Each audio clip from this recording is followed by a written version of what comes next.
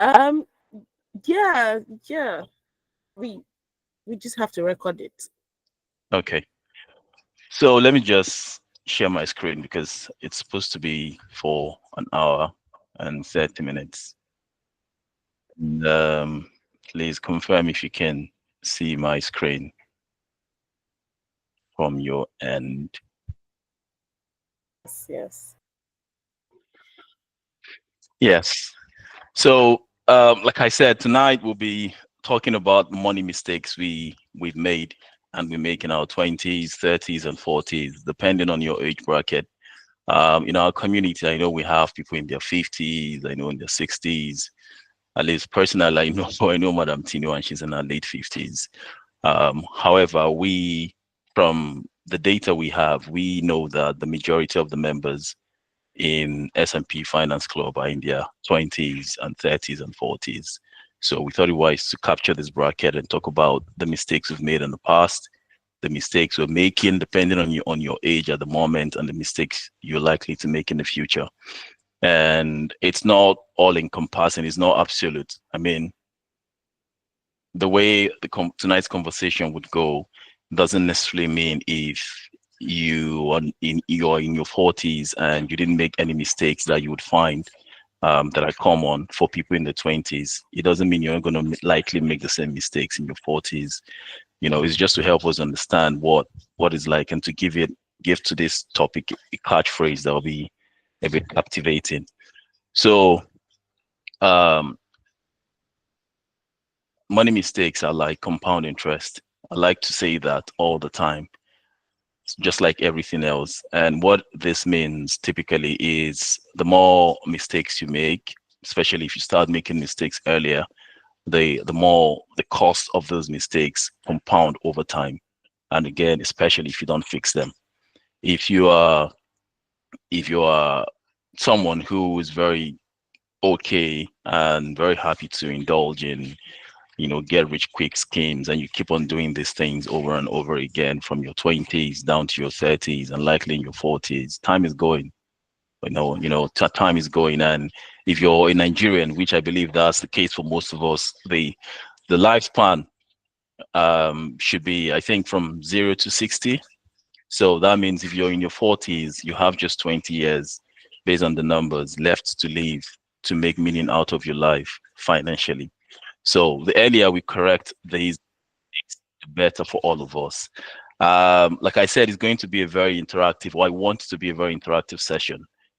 I have a lot to say, but I'll try my best to keep it very simple and straight to the point. And that's why I have the slide as well. So I may likely jump certain things, certain points. And if you have questions, you can take me back to those points. Otherwise, I'll just go over and try and finish what I have in my slide. And we'll have a couple of minutes, maybe 20 or 30 minutes, where we can give the floor to other people to share maybe the mistakes they've made, or the mistakes they've learned from their friends, or the mistakes they think they're making at the moment. And any kind of question you would have, or any contribution you would have time for that. And I'm looking forward to ensuring we keep to that time. So, introduction, I've done that. The first one, obviously, in the 20s, and I categorize the expectation in your 20s as the foundation phase. In your 10s, obviously, you're in elementary school. If you're very lucky, maybe at the age of 10, you're in a secondary school JSS1. But you're likely to get into university at 16, 17, or 18 and graduating by the time you get to 20. Some of us graduated much later because we got into higher institution much later. But the 20s are the foundation phase. That's when you start to build. That's when you start to think about the future. That's why you start um, to find your footing.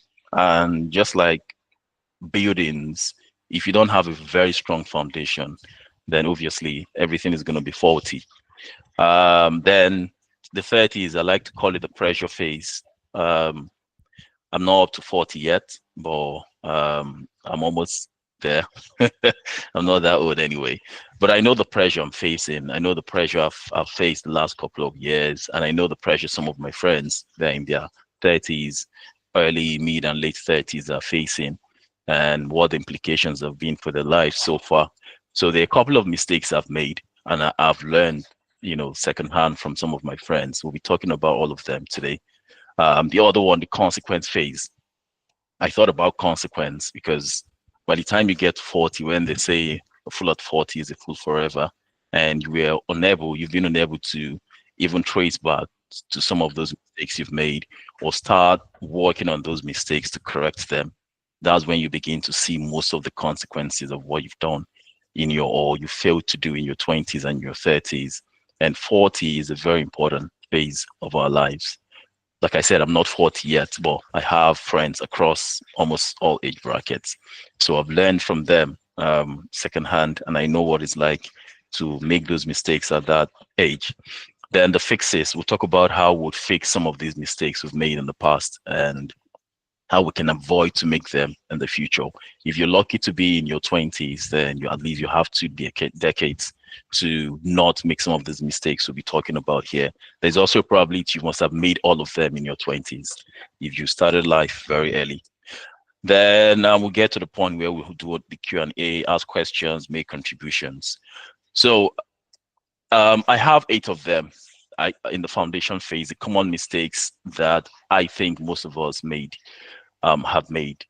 To go further, I would want to allay our fears by telling us the story to make us get very scared as well, and also to allay our fears if some of us have made terrible mistakes and we don't think there's a way to turn back. If you were born in late 80s or early 90s, you would know MC Hammer. Mr. Hammer, anyone you want to call him, then I used to listen to some of his musics with Busta Rhyme as well, and Eminem, all those guys then. And this is a guy that made millions, from music. That was before the core rap guys came on board, Eminem, Busta Rhyme. It was more like the rock and roll, you know. And from the story, he made over $70 million as net worth then, as of 1991. And he was on top of the world. What he decided to do is to continue to live, like he owns the world. He started buying mansions, building houses. He spent $30 million, building a mansion where he had a basketball court, tennis court, swimming pools everywhere. Um, he was just living luxury lifestyle. Had over 17 cars. Um, he was also thinking there was a need for him to help the community. He hired over 200 people as domestic staff in his house, people washing plates, some doing his laundry, some taking care of the tennis court. And in less than 5 years, he filed for bankruptcy. And as at 1996, he was already $13 million in debt, someone that had 70 million. And most of the things we'll be talking about today were the things he did. And you can Google him when you have time or after today's session. He's one of the core evangelists for financial literacy now in the world. And that's big consequence of the mistakes he made. But like I said, there's a way backwards to try to correct some of those mistakes. Some of them are so significant that if you make them, they will impact the rest of your life likely. While some of them are things you can correct if you're very fortunate. And so he was able to correct some of them, and it took him many years, many, many years, to the extent that when he started getting his footing back, the tax guys came on board saying he was owing taxes, all those years, even before he went into debt. But now his net worth is around $2 million.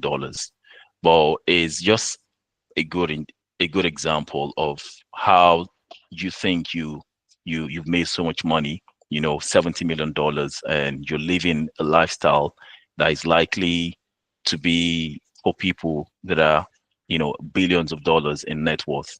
And you're living that lifestyle, you're thinking $70 million is a lot of money and it's not gonna finish. And that's just a typical example. So the number one of the most common mistakes that I think we make, especially at that age, is living above our means.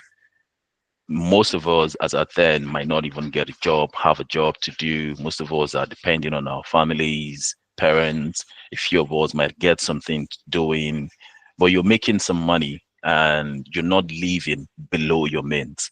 The worst case scenario is living within your means. But I always tell people that you have to live below your means. Because once you start living above your means, trying to go to parties, trying to buy things you can't afford, you're earning maybe 100,000 naira, 200,000, and you're buying iPhone 16, trying to buy the wigs, trying to buy the cars when you know you don't even have enough money to fuel your car.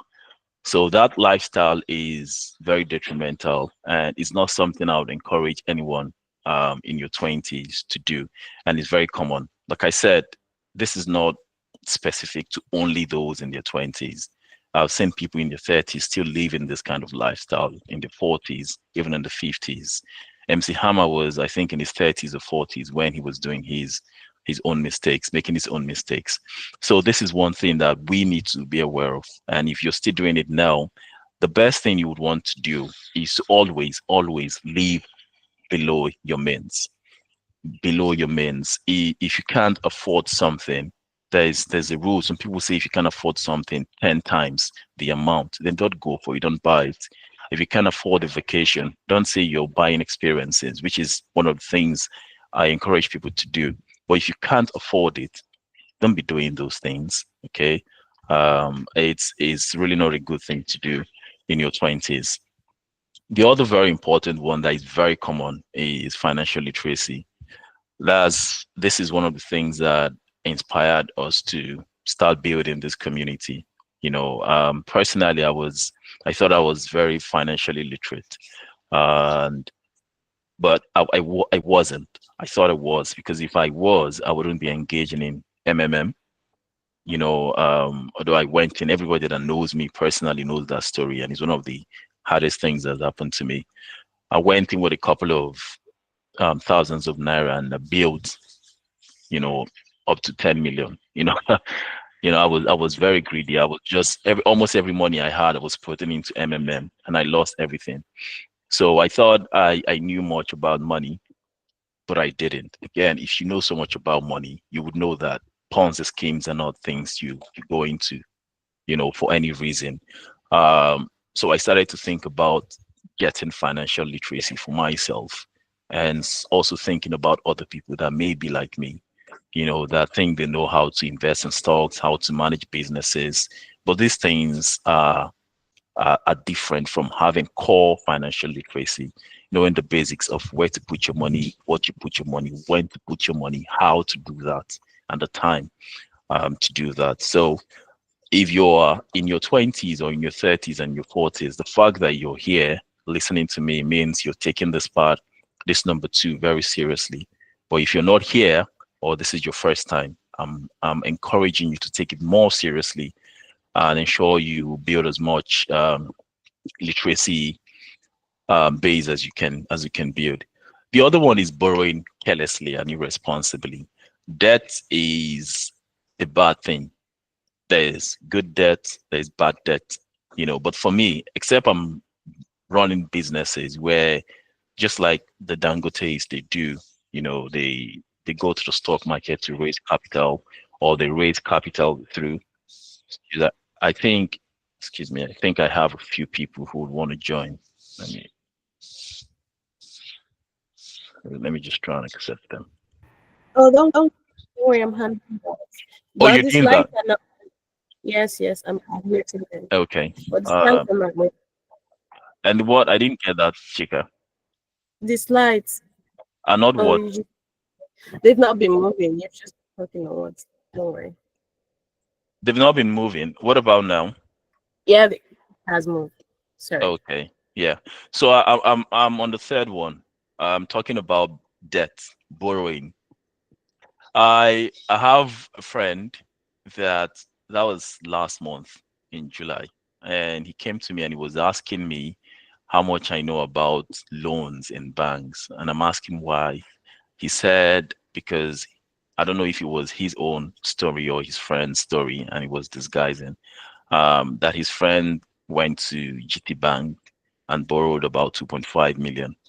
And from what they told him, I think I even had to reach out to Mukhtar to ask him if if maybe just to get his own perspective.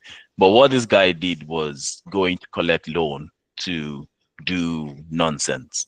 He felt like, oh, he was not living up to the kind of lifestyle his salary couldn't, wasn't enough to give him the kind of lifestyle he wanted, and decided to go and get a loan because he was hoping by the end of the year he's going to get his 13-month pay to pay back some of the loan. And he went to GT Bank. They told him he was, I can't remember the numbers now, but this guy accumulated within 2 years 100%. So he was, by the end of the second year, he was owing GT Bank an additional 2.5 million, which is 5 million in total. A terrible place to be. Now, the 2.5 million he squandered everything. The extra debt he got into, he doesn't even know how to pay back. And 2 years has gone and he's still owing. And banks are not charity organizations. They are not religious organizations. So they don't pity you. So the interests are accumulating. And that's one of the things you would want to avoid by all means, borrowing. You can only borrow when it's absolutely necessary. And even when you're borrowing, there is a need. Again, it takes us back to the number two. One of the things you learn from financial literacy is when to invest, how to invest. When you're going to borrow money, you get loan. You even know when it tell you you're going to pay interest on a particular loan. Having the ability to understand what those terms and the loan conditions are is a skill that many people do not have. you know so debt is not a good thing, and in your 20s that's one of the things you need to avoid by all means. If you have very important things to do, life-threatening things, or you're establishing a big business, even if you're running a big business as a sole proprietor, one of the first things you're expected to do is to do um, personal funding. You call on friends, you do bootstrapping. These are the ways of raising capital as someone starting up a business before going big to get a loan from the bank, especially in a climate like Nigeria. So it's one of the mistakes that people make, and they end up paying for those mistakes, even in their 40s, paying loans. And if you're very unfortunate, you get loan from all these loan sharks. It goes beyond you paying back the money. It's going to affect your mental health. Sometimes they come for your image, tarnishing your image, calling some of your friends and telling them you're this, you're criminal, you're a rapist. Stories like that is not where you want to be. So that's the third mistake. The fourth one is lending. Many people think borrowing. I used to think borrowing is the only way to get yourself into trouble. But again, when you give, you need to give with some form of discretion and sense. You don't continue to give out to people when there's no form of guarantee that they're going to pay back. Okay. And sometimes it's a psychological thing. Some of us want validation. Some of us feel like we're too kind and we're too good and we don't want to see other people suffer. And how would I have, a friend come to me and tell me he wants to get started with his business and he needs 5 million, and I don't want to give him that amount of money. When someone is coming to tell me his car broke down and he wants some money, you can't solve everybody's problems. And this is not to invalidate the need to be generous. This is one of the things you do with money. Be generous, give it out when you can, but you do that responsibly, especially when it is not your money. Okay. It is something that has put a lot of people into serious problems. People go into prison because because they're giving money out, not just borrowing. People ruining their friendships. I've had 2 or 3 experiences like that where if I hold my friendship with someone very, very closely and you ask me for a certain amount of money, one of my strategies is to analyze the cost benefit, how much I'm going to lose compared to the value of the friendship, because I think you're financially responsible. and I'm likely to lose the friendship, doesn't necessarily mean I should go ahead and lose the friendship and also lose the money. So what I do if I have the money is to know your capability to pay. Again, if you go to all those big guys that give out money, they check your character, they check if you have collateral, they check your capacity, all those C's of credit, so I do all of those things, but most especially, I try to understand your need for that money. Then I can give out as much as I Sorry, can. Bob. Yeah. Hello, hello. Sorry to butt in. Please, can you make the slides bigger? The people on mobile are not seeing the fonts. So Oh, just set it on slideshow. I Yes. think that would make it's on more sense. No, it's it's on not on slide slide. No, it's it's on not on slideshow. slideshow. Sure. No, sorry. Yeah, No. click Yes, it's present not at the full end. screen. Yeah, at the end of the screen, you see the small button there before the 59%. Just click there, you see present. And I don't. Oh, I'm using I I'm think the using a reason laptop and a monitor. no no No, no. I think you can actually Joseph, set I it think in the your reason why phone because is me, I'm because using mobile and I'm seeing a full screen. you need Yeah. to share your entire screen. Stop sharing Okay. and reshare your entire screen. Don't just share the PowerPoint. Okay. So stop I will sharing, do share that. your entire screen. So anywhere you move to, we'll be moving along with you. Okay, I'll do that now. Right? Uh, um, Let me stop sharing. Okay, then I'll share my entire screen.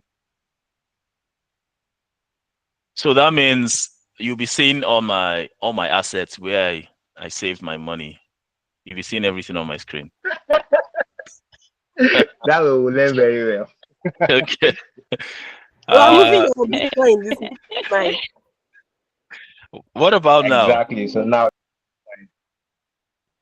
it's fine, but you're using presentation mode. Uh, so which other one? Because And go to I'm not bottom, okay. bottom, bottom right. Is it Yes, all click here? on that. Slideshow. Yeah, that's what I clicked. Yes, exactly.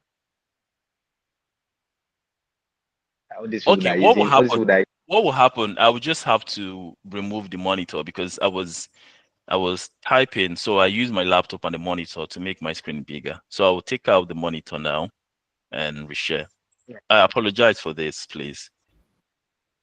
You don't need to do that. You can just select one screen to share. Okay, let me Exactly. let me try it again. What about now?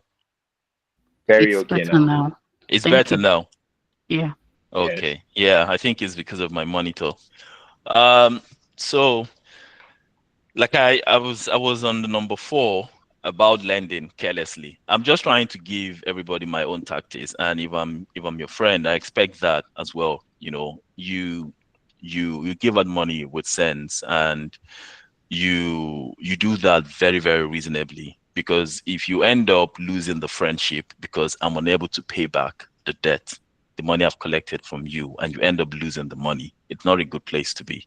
So you analyze the need for that money. And if you are more than generous, go ahead, and have it in mind that there's a likelihood, if you don't trust the person's character to pay back, there's a likelihood you lose the money.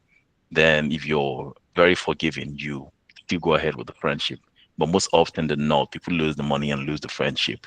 And that's not one of the mistakes you want to do in your 20s. Start giving money out anyhow. Even China doesn't borrow anyhow, doesn't lend anyhow. Rather, the US, they don't lend anyhow.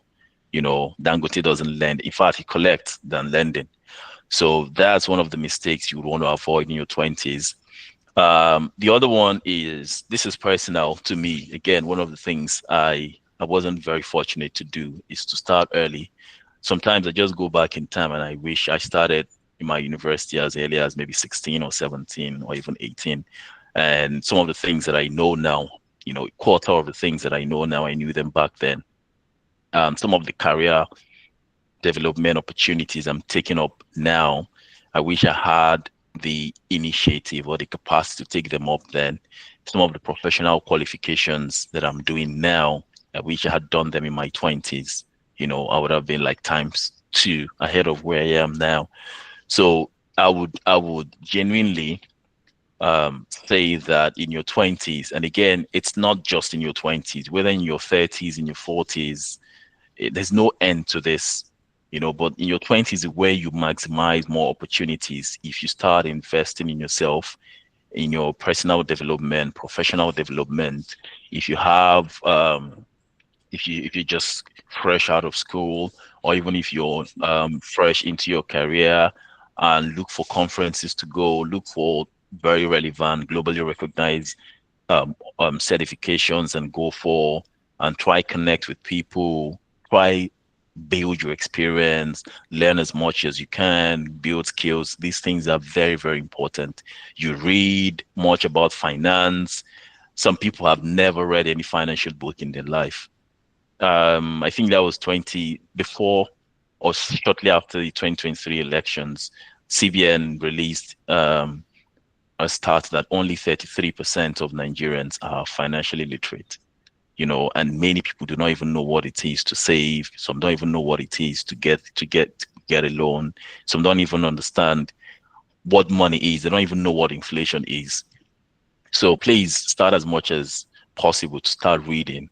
The S&P Finance Club is one of those opportunities you can maximize to improve yourself from the financial perspective. I'm also trying to be encompassing in this regard. You can do that personally in your health, spirituality, your profession, your career, all around. Invest in yourself, because all of these things compound to help you build more wealth in the future.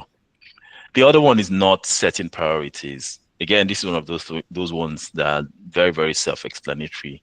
If you are a young guy, or some of my friends back then, they thought they would be 20 forever, or they will be 30 forever, and they don't have their priorities right. At a particular stage of your life, you need to have a plan. What do I want to achieve now? What do I want to achieve in 5 years? With regards to my finances, if I'm earning 20,000 now, how much do I want to start earning next year, next 2 years, given inflation and other external influences? And how much do I want to save from what I have? You set your priorities right, and you do less of the parties, the clubbing, womanizing. You do less of all of those things. I'm not saying there will be time for those things anyway, but when you're at your lowest, that's not when you do all of those things. You set your priorities right, take your career very seriously, continue to learn, continue to build skills, continue to connect with people. That's what you do at this age. Yeah, the other one in my case, and in most people here, some of my friends get rich quick schemes, and it's not just only about Ponzi. Also get into fraud, all forms of fraud, whether it's Yahoo, whether it's anything. I know it may sound counterintuitive that you're going into Yahoo to get more money. So why am I calling it a financial mistake?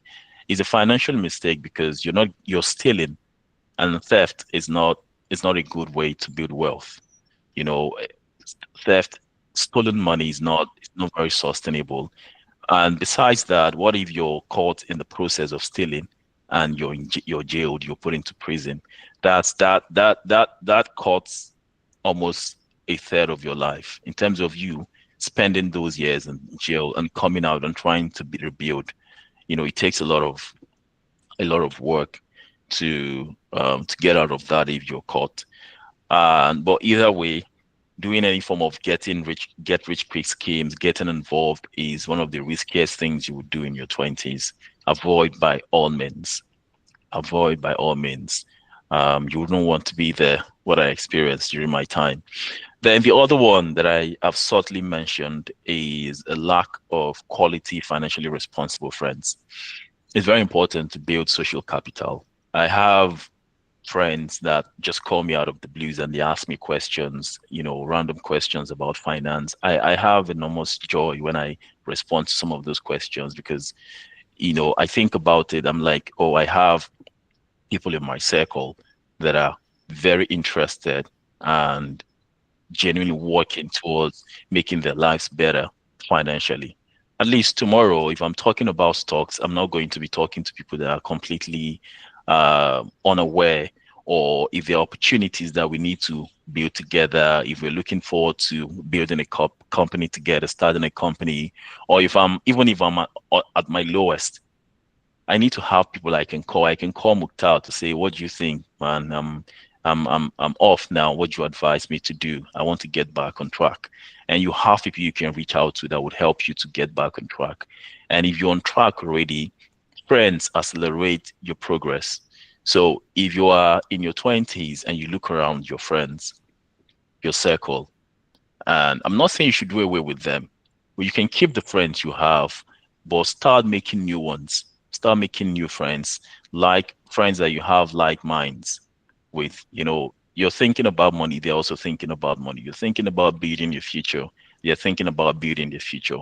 You're thinking about trying to save and invest and maximize what you have, the little you have. And they are thinking the same thing as well, bringing opportunities to your doorstep. They've read a book, Psychology of Money, one of the best books I've read in finance. And I know how many of my friends have recommended that book too. And they've come back to say it changed their thinking towards money. If you have a dearth of um, quality friends around you, you're making huge mistakes, because in the future, again, mistakes compound. By the time you come to 30, 40s, where most of the friends you make at that age are purely based on interest, there's a probability that in your 40s, most of your friends are purely based on interest. And you've not taken the time in your 20s to build quality friends that knew you from scratch, and you guys grow together. So it's a huge mistake. If you're in your 30, in your 40, it's still not very late. You can start making friends. If you're here, you're not my friend, we can be friends, and we share knowledge and ideas together. Now, in the 30s, it doesn't seem to have too many mistakes here in the 30s, but some of the mistakes here are very difficult to correct. Not impossible, but very, very difficult.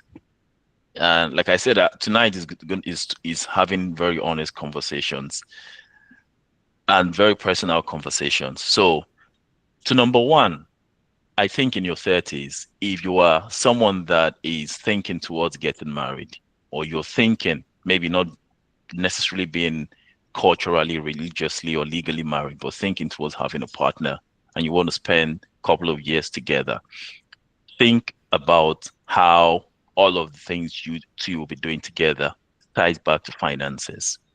There are many, many partnerships and marriages that have ended because of money. And there are many as well that many people that go into marriages, and they don't take some time to think about the financial sense, or how the financial psychology, the money psychology of the partner.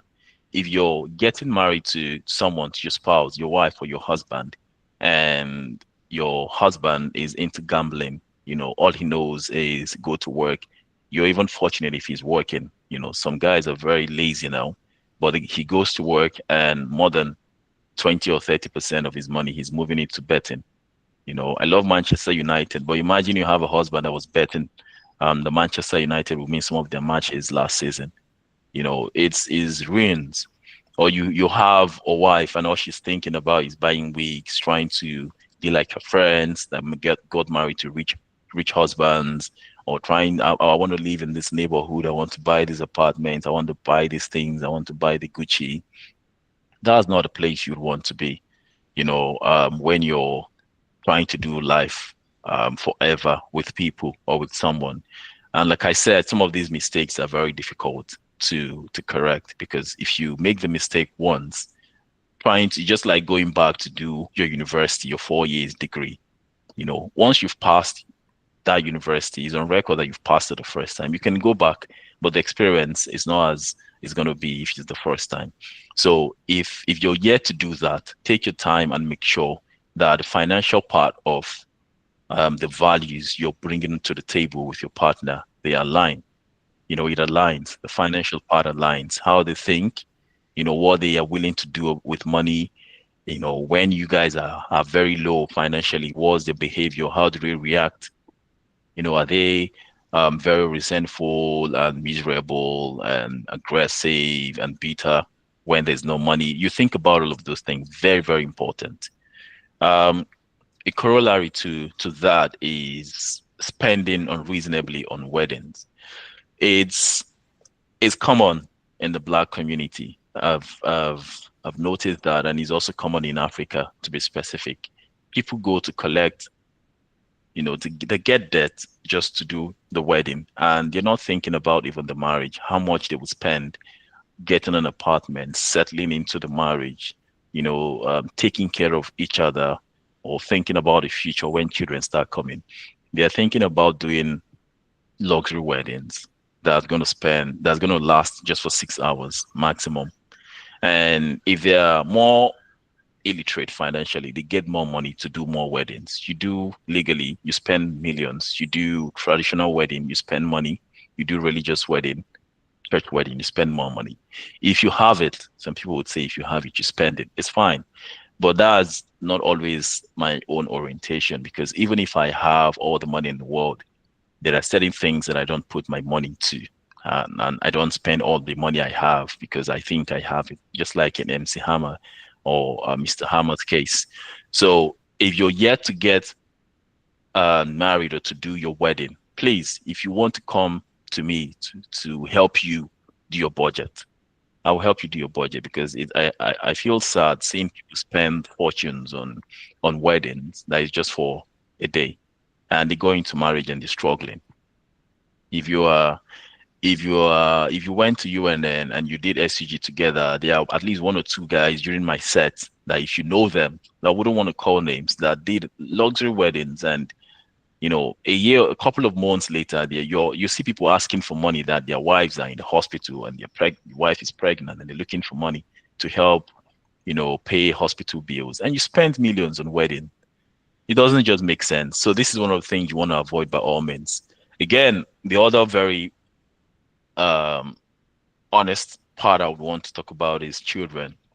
Have a plan if you're going to bring kids into the world. If you've brought kids into the world already, work hard to just try and do your best to cater for them and to them, because you're you're multiplying the probability of generational poverty if you're not financially okay and you're bringing more children into this poverty-stricken country, and you want to put them out there and they start struggling. Now, I love children, and I'm a huge proponent of having as many as you want, but you think about it from the financial perspective and know what you can afford. If it's one child, very okay.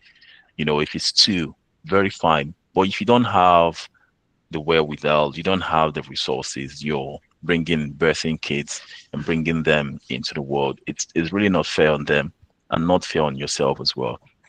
Um, if some of you follow this day, there's this US guy that does all this personal finance, and people call in to ask questions and just tell him their problems, and he gives them pieces of advice. So I think I posted it on my WhatsApp status. One lady calling saying she has 12 children, and she doesn't know what to do in terms of money to help to money to raise them, in terms of feeding them and doing all of those things, and the fathers of those children are not coming forth to help out. So it's hard to be in that position. And again, it's more sad when you think about it from the children's perspective. So please, I wouldn't want us to make this kind of mistakes in our 30s. And if you've made these mistakes, again, we'll get to the other slide where we can try and correct some of them. The other one is paying too much black tax. It's a sensitive topic for me, especially if you're my sibling, you're here, you're my family. So I like to talk about black tax because I pay a lot, and I don't regret so much, paying. But I also like to give advice to people, just like when I spoke about lending. Everything you have to strike some level of balance. Okay, you are better off giving sustainably if you're in a position where you're not easily broken, you know, you need to build yourself to a certain level before you give certain amount of money or you pay certain amount of tax. So black tax is something that you shouldn't take on so much in your 30s. If you are struggling, you're earning 100,000, 200,000, and at the end of the day, you're spending more than half or even up to 70% of your money on black tax. I don't know. Again, it's a very sensitive topic and we can talk about it the whole day, but if you have a lot of siblings, people depending so much on you, just try and be very smart about it. That's just my piece of advice. Be very smart about it. Otherwise, you end up paying so much black tax, and all of you go back to where you also you yourself start depending on other people to pay you some black tax. So this is something you need to pay attention to in your 30s. And if you've taken financial literacy very seriously, you've studied the psychology of money, you've had quality friends around you, you have siblings or family you can have open and honest conversations with. This shouldn't be a very big problem, but it's important that we talk about it. Okay. The other one is unhealthy lifestyle, which is you don't exercise, you drink excessively, you smoke excessively, you womanize, you do BBL, you spend your money on BBL, you do bleaching cream, you eat a lot, like a thief. All of those things, your lifestyle is crazy. They compound. And even if you have all the money in the world, the health part of it, it's not a good place to be because by the time you get to your 40s and 50s and 60s, these things catch up on you. The alcohol, the drugs you do, um, the excessive, I don't know. I know there's a chemical in creams that people rub now these days.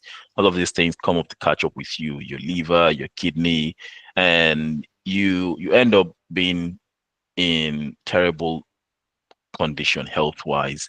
You're going to suffer. Those that care for you or are caring for you would suffer indirectly because they will be spending so much money trying to get you back on track. Meanwhile, this is the consequence of the lifestyle you lived in your 30s. So please, I doubt that is the case with the majority of people here. But again, if you, as much as possible, if you can take exercise very seriously, you can take, you know, what goes into your mouth very seriously. Be very careful what goes into your mouth. What you apply in your body, what you do with your life. Be very careful. We have a lot of years to live, even though lifespan, or I don't know what's called, is about 60 in Nigeria, but majority of people here, God willing, would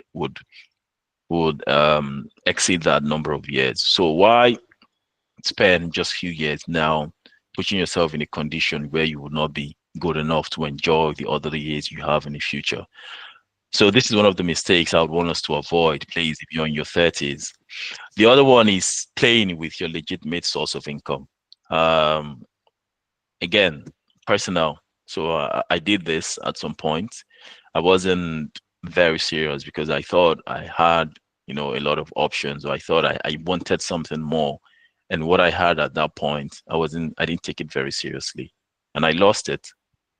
I lost it and I didn't get what I was hunting for. And I was in a very precarious state financially. And it happens to many people. You're doing your 9 to 5 and maybe you want to go into entrepreneurship, which is very fine. But your 9 to 5, at least try and take it seriously, even if it's just 9 to 5. Then when you leave before 9 or after 5, you can pay attention to growing your business, to doing other things, you know. But if you're in your 9 to 5, you don't take your 9 to 5 seriously. You're not even growing. You're not getting the job done. You're spending so much time doing something else, or you think the job is not ideal for your status. You want a higher paying job, and the little job you get or you got, you're not taking it seriously. It's not a place to be, because when you lose that job, that little amount of money, the regular income you're getting means a lot, and it can make a lot of difference. So whatever you do from the professional point of view, I always tell some of my mentees, whatever job you have, whatever it is that puts food on your table that is legitimate, take it seriously. Do with all your might. And this again, this is from my experience. And if you don't do that, you're likely to find yourself in a precarious position. Now we're going into the 40s, where I'll call the consequence phase. And I wrote this thing just a few minutes before we started. I said almost everything you ignored in your 20s and 30s begins to compound here. It's possible they might have started compounding anyway, but your 40s are more significant in terms of the effect of what you've done in your 20s and 30s. And it can get worse if you make the 40s mistakes. So I have about 5 of them. There could be more. And like I said, we'll have time where everybody will, at least some people would make some comments and contributions. But from my experience, one of the 40s lifestyle is lifestyle creep. 40s mistakes, lifestyle creep. And I mean lifestyle inflation. And it takes me back to the example I gave with MC Hammer, which is you think you have made so much money and just spending above your means, or you're living in an apartment where you're paying certain amount of money. You think, oh, I want to be in Lekki, or I want to be in London. I'm not supposed to be here. I want to go where the big guys are. Even though you think you may afford it, but you're you're adding more inflation to your lifestyle, and it is very risky to do that. Part of that as well is you failing. You think you're making much money, right? Yeah. Well, why not put more of that money into assets? Build your asset base. If you want to go into investment, you should be going into investment, by the way. You put more of the money into buying stocks, buying bonds, going into agriculture, real estate, anything that you think is worth doing that is meaningful. You build your assets, you invest in yourself, you invest in other people. Is way much better than accumulating material things, traveling to Greece, traveling here, spending all the money, you know, buying this, buying that, going here, doing this, buying this car. You drive this one this year, next 2 years, you want to buy another one. It doesn't make sense, especially in your 40s. Um, I know someone that has a car he has driven for almost 17 years. Looks really good. And he's been driving it for 17 years. It served him. And he's not worried about, imagine spending so much money almost every 2, 3 years, changing your car or buying a new one because you think you can afford it. But for someone that has used a car for almost 15, 17 years, you can think about how much he has saved. And if he's financially literate, how he has channeled those funds into something else, probably in investing in himself or his building his asset base or buying properties, anything else meaningful you can do with money other than accumulating and getting more liabilities on yourself. Um, the other one is no structured retirement, pension, and or insurance plans. The the 40s trap is in Nigeria, I think is 65 years. That's the retirement age. And I think in the UK is about 68 now.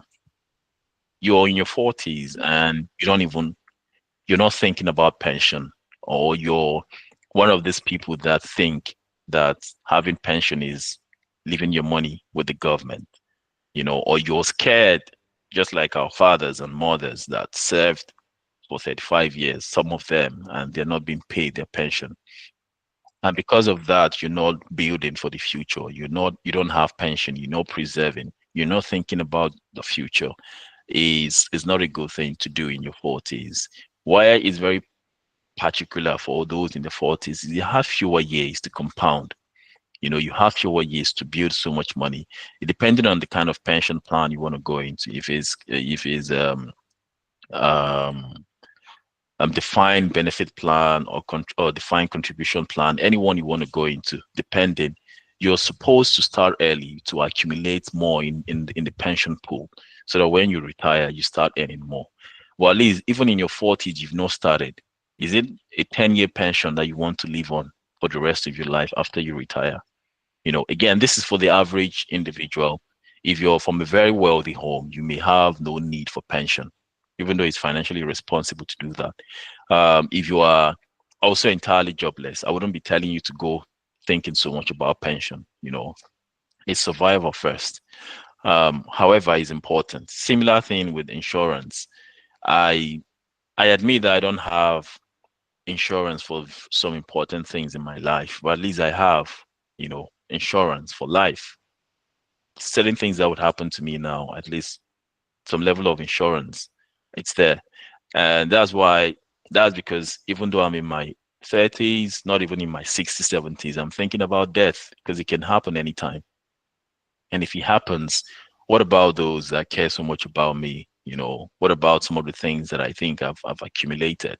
Is going to be shameful that we're doing all of the S&P thing and I'm dead tomorrow and people are struggling for my wealth, for my assets, or I don't even have insurance if I lose my car today. What's going to happen if something happened, what's going to happen? Um, so insurance is very important. Still on that is the next one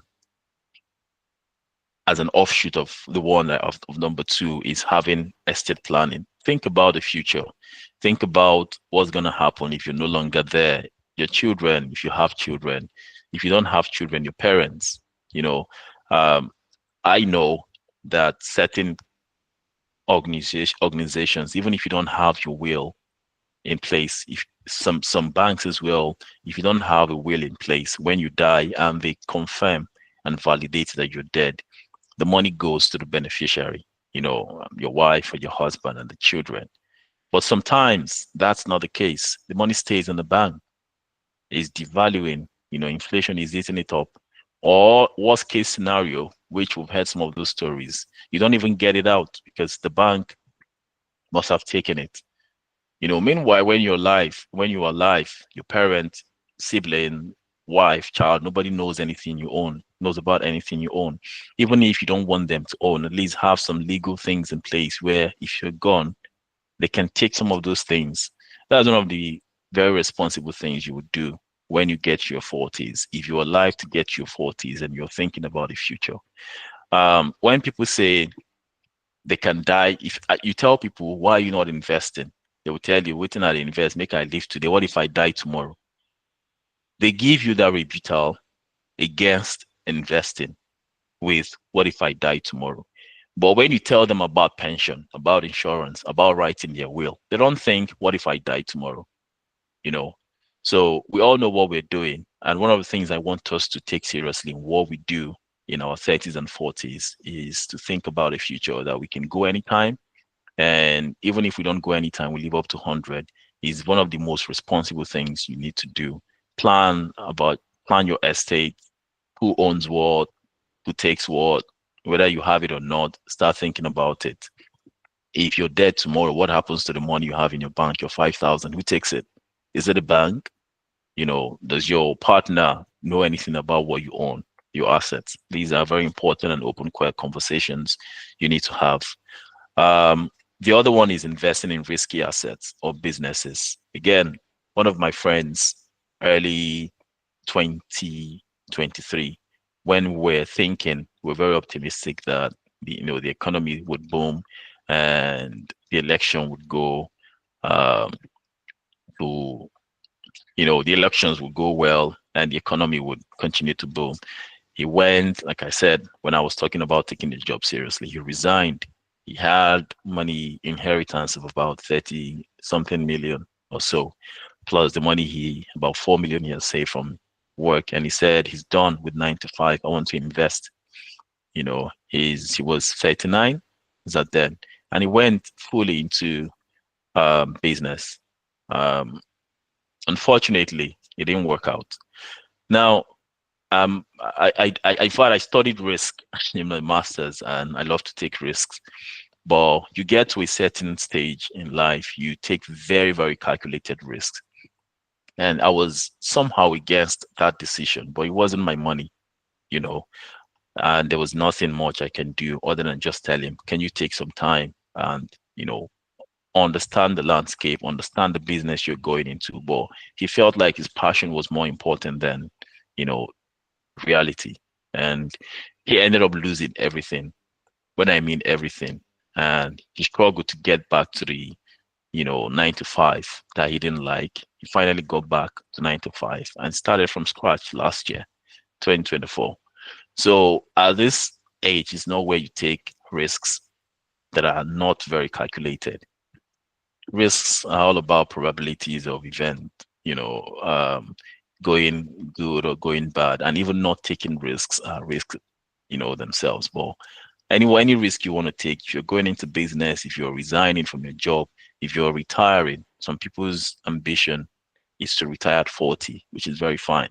Whatever you want to do, know that 40 is a point where you start to think about stability.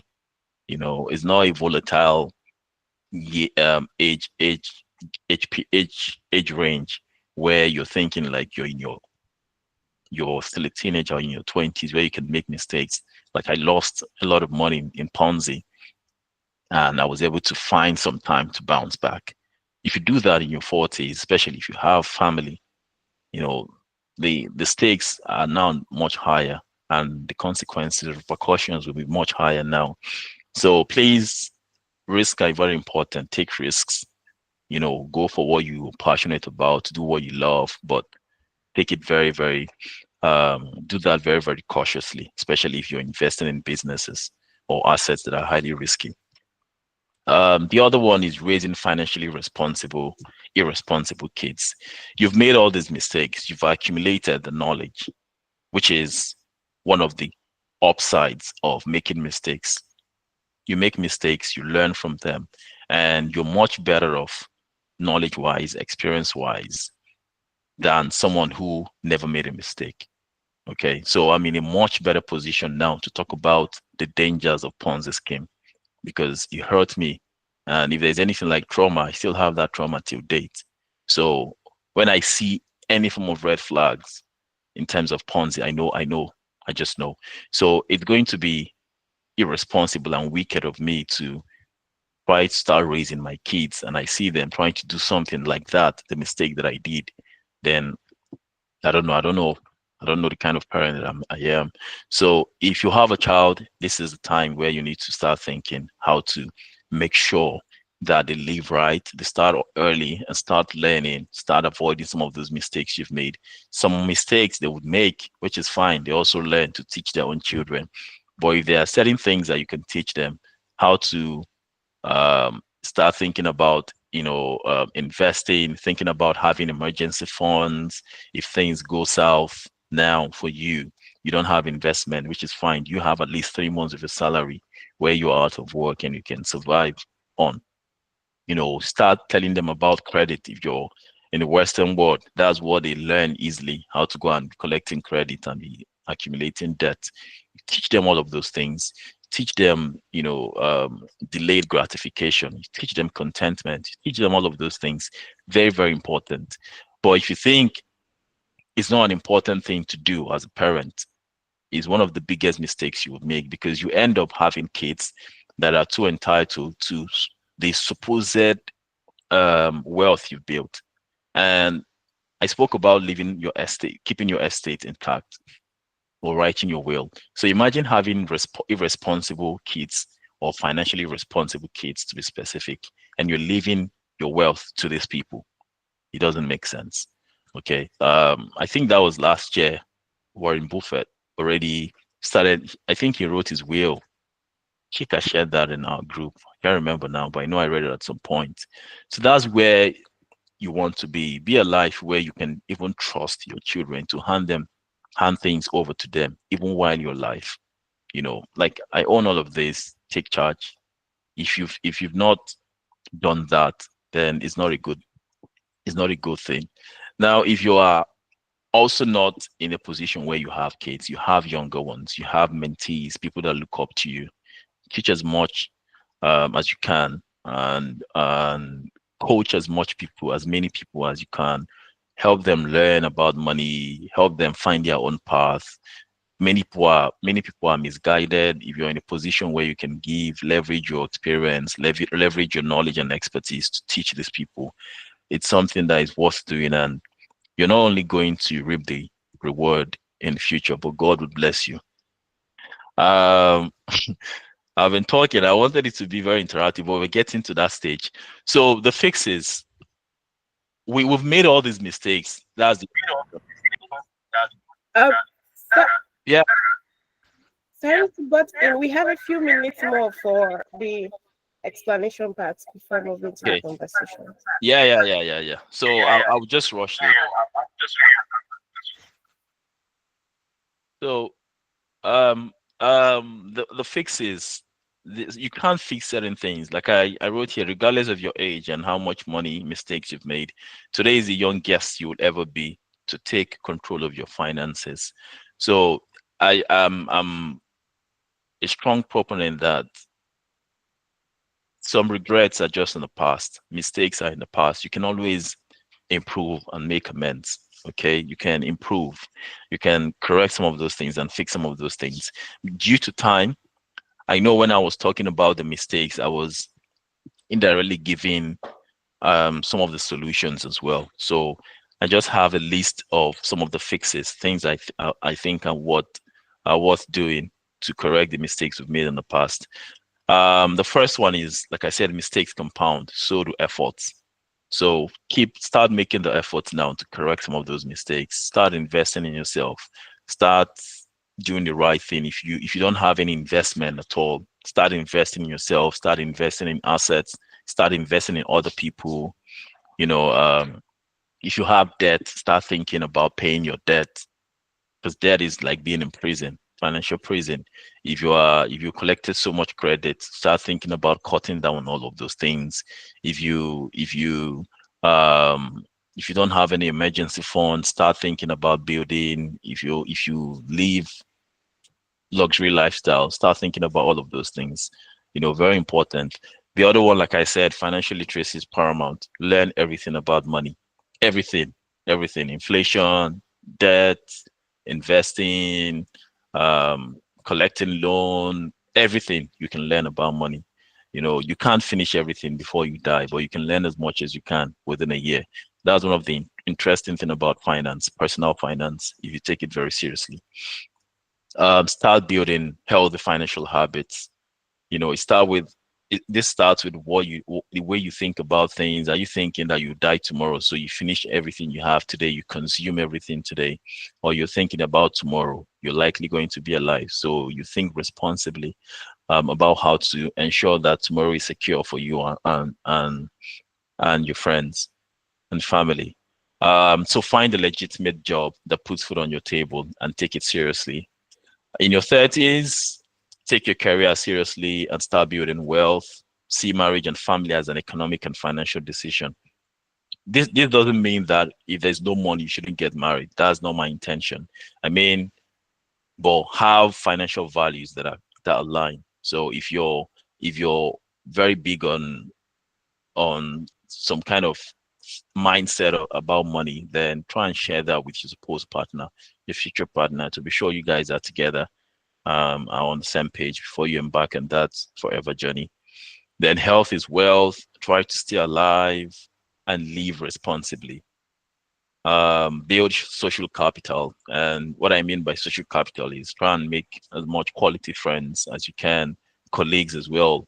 Like Mukhtar, we met and stuff. I never, Mukhtar, did I know you from anywhere before? Have I met you before? So it So, was. my leader, for HX, graduate training program. Yeah, so it was from the Nigerian Stock Exchange, and Mukhtar is one of the key guys now. If I have, I want to rub minds together on anything concerning money, I reach out to him. And so that's just it. This group of people may not be from school, they may not be in the neighborhood. It can even be your colleagues. You make friends and you grow and build with them. You know. Um, then in your 40s, I said, don't be a fool forever. Please. I know this sounds a bit condescending, but I apologize. But what I mean is you can stop making those mistakes today. So don't take those mistakes past 40 if you're not yet 40. Protect all you've worked really hard for, your pension, your will, your insurance, plan everything, protect. You've worked really hard, or you will work really hard for your money. So why just let it all, just fly away like that, unreasonably. So if you've made so much money, try and protect and make sure that those coming after you have something to benefit. So don't take careless risks. Stability over anything else. Then lastly, how is this? Let me move this thing. I can. Yeah, lastly, you can correct your mistakes by the kind of children you raise, like I said. So if you've made a lot of mistakes and you have children, you can try and correct those mistakes and make sure they don't make most of them. And by so doing, I think I've been able to capture some of the things that I think I have experienced, most of my friends have experienced. These are the things I've captured in tonight's presentation. Unfortunately, it's not a 2 hour presentation. So it's just for 1 hour, 30 minutes. And there's a lot to be said, but this is all I can say for now. So thank you very much for listening. We are going to the Q&A session where if you have questions on anything I've presented, if you want to ask me any peculiar question, or you want to make contributions, or you have mistakes you've made that I didn't capture here, or I might have even captured, but you just want to lay more emphasis on them, please, you have the floor. At least we can do that for the next 20, 25 minutes. Thank you all very much.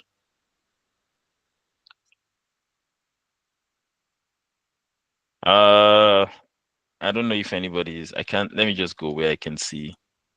So you can indicate, yeah, everybody's clapping for me. Okay, Chukwemeka. Yeah, Thank thank you. you. Yes, thank you Thank very you. much. You have the floor. Go on, please. Okay, thank you. The presentation, it was very thoughtful, well put. Like you did hit the nail on so many heads, like plenty heads. And I think most of the points you raised, they are very important points. All of it actually, when it comes to planning and replanning your finance in such a way that, especially if you're not from, say, a generational wealth kind of home, you follow them to plan your finances in such a way that you not only get out of poverty, you're able to sustain it. What I just want to add is not really a question, it's an addition. When you talked about black tax, yeah, it kind of struck a chord with me because Yeah, I'm with the battle you get. And I just wanted to add that one of the ways I've been able to say manage black tax, yeah, I made a rule in my family that look, yeah, if you are coming to me from some sort of financial maybe help or something, yeah, uh, it has to be something that is really essential. yeah, Number one, it has to be something that is really essential. Okay, if it's not essential, then and they say it's not some sort of emergency. The primary thing though, it just has to be something that is essential. Say, okay, there is it's iPhone 16 Abi XR that is in vogue now, and you feel okay, my brother is working now, he's at least he can deal with this, and you think it's me that will come and buy iPhone XR for you or whatever. I just know okay, that you'll be wasting your time. yeah, Okay, so I made that rule that no problem. All of these things we're trying to do is to bring everyone together. We're trying to grow up together. yeah, But then while we're trying to grow up together, we're going to have to use our sense to do it. yeah, You get. So if you need money from me, and maybe it's for school, say school fees, your textbooks, anything that you know is essential, something that is basic, something that is adding value to you and is in some way, maybe yeah, indirectly adding value to me, then feel yeah, free, come to me. I would find a way to get it. yeah, Okay, but if it's not, I want to cite an instance. There was a time my sister, I just bought a phone for her. She did not have a phone. She just finished SS3, so I felt okay, it's time to get her a phone. So I got her a phone. And somehow I just don't know what she said happened. Within 2 weeks or 3 weeks, she came back crying for another phone that one fell and broke, blah blah blah blah blah. Okay, I told her, okay, no problem. It fell and broke. So technically you don't have a phone now. I will get you a phone, but it another cannot one. be immediately. Yes, I'll Yeah, get you another one, but it will not be immediately. You have to give me yeah, some time. Okay. And somehow she wanted to go off to start ranting how blah blah blah. I just told her, dear auntie, you better behave yourself. Well, I've told you I will get you the phone. I'm not saying Yeah. I won't get you another phone, but it just cannot be now because I have a few other things that I need to take care of. Yeah. Okay, so I think it comes down to you just know what you're dealing with, okay, and know that you have a life.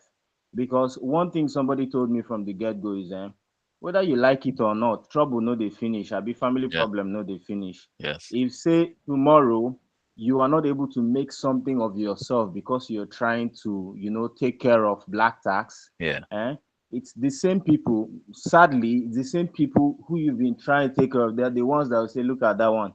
Upon all the work you've been doing in life, you cannot make anything out of your life. You Yeah. get, so to me, it just boils down to develop a thick skin, grow a thick skin. Okay, with Yeah. or without you, these guys will still do just fine. But the Yeah. fact that you're here now, it's still okay. Help as much as you can, but Yeah. just stick to the basics. Stick to things that are really essential. Yeah. Okay, that way you do not overburden yourself, and yeah, you still end up getting results as you should get. So that's just what I wanted to add. Thank you.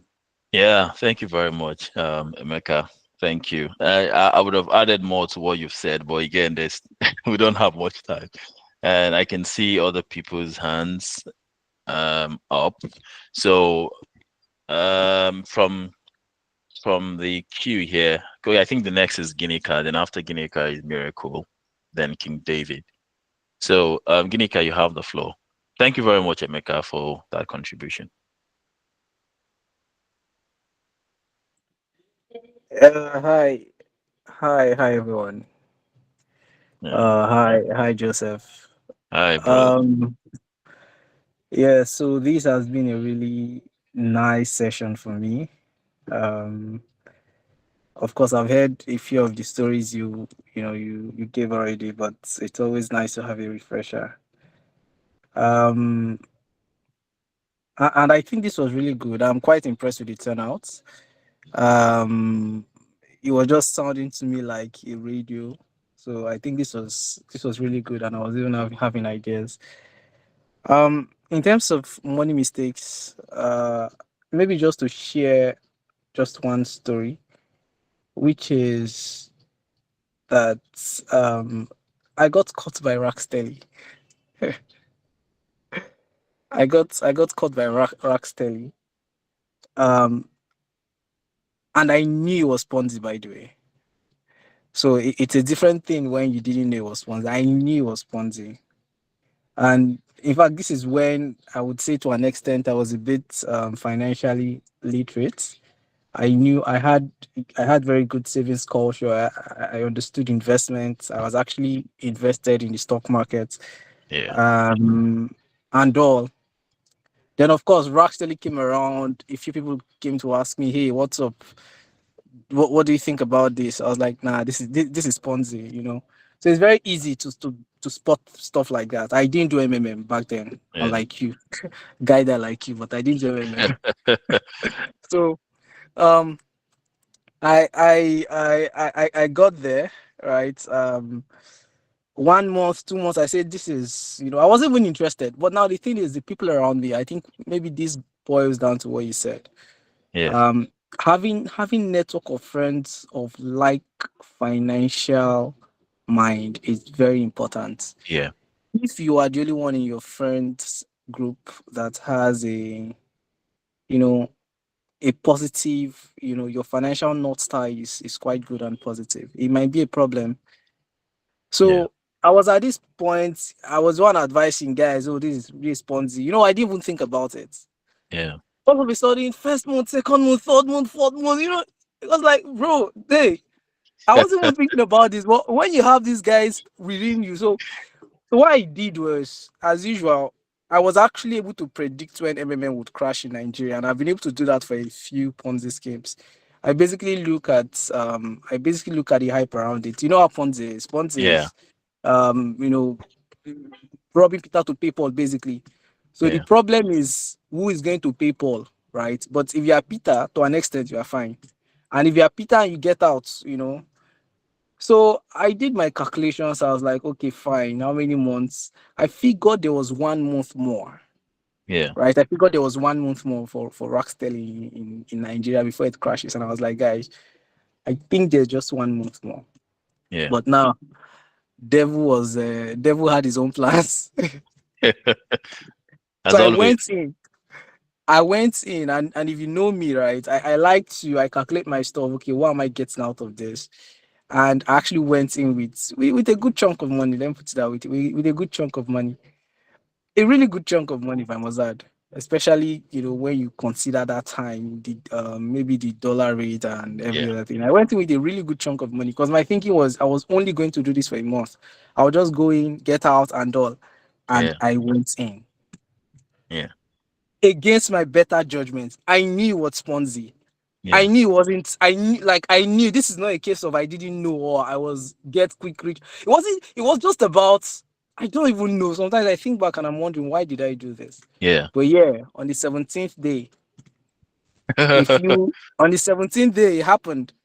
And the moment it happened, I was quite disappointed with myself. I wasn't angry because I was like, well, I knew this. But the point really is, just to add, to everything you've said, it's also good to make a network of financially Yeah. intelligent people. I Yeah. think that's something that goes without saying. So yeah, so thank you once again for this, and thank you also to S&P. With S&P, I've also been able to get some really good network and friends. Mukhtar, for example, that you mentioned, Yeah. Mukhtar, shout out to you, please. We need Mukhtar to have a session. Shout out to you, Mukhtar. On a personal note, you've been really, really amazing. If you check me on Mukhtar's chat, is crazy. Even before S&P, like it's crazy. The guy is crazy. Yeah. So I think these are some of the things, these are some of the value I think I get from S&P. So Yeah. thank you so much to everyone, and I wish us all the best. Bye. Thank you. Thank you very much, Ginika. For those asking, yes, Ginika is a masculine male man. Um, and his English name is Joseph, but he prefers to go with Ginika. And we all worked with the Nigerian Stock Exchange. We started together.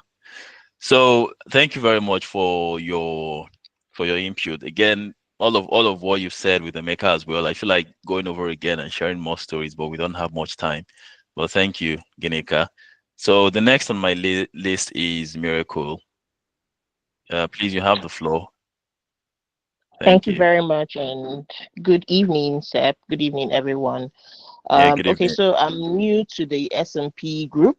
I was introduced by my brother, Excel, and I also brought a lot of people here.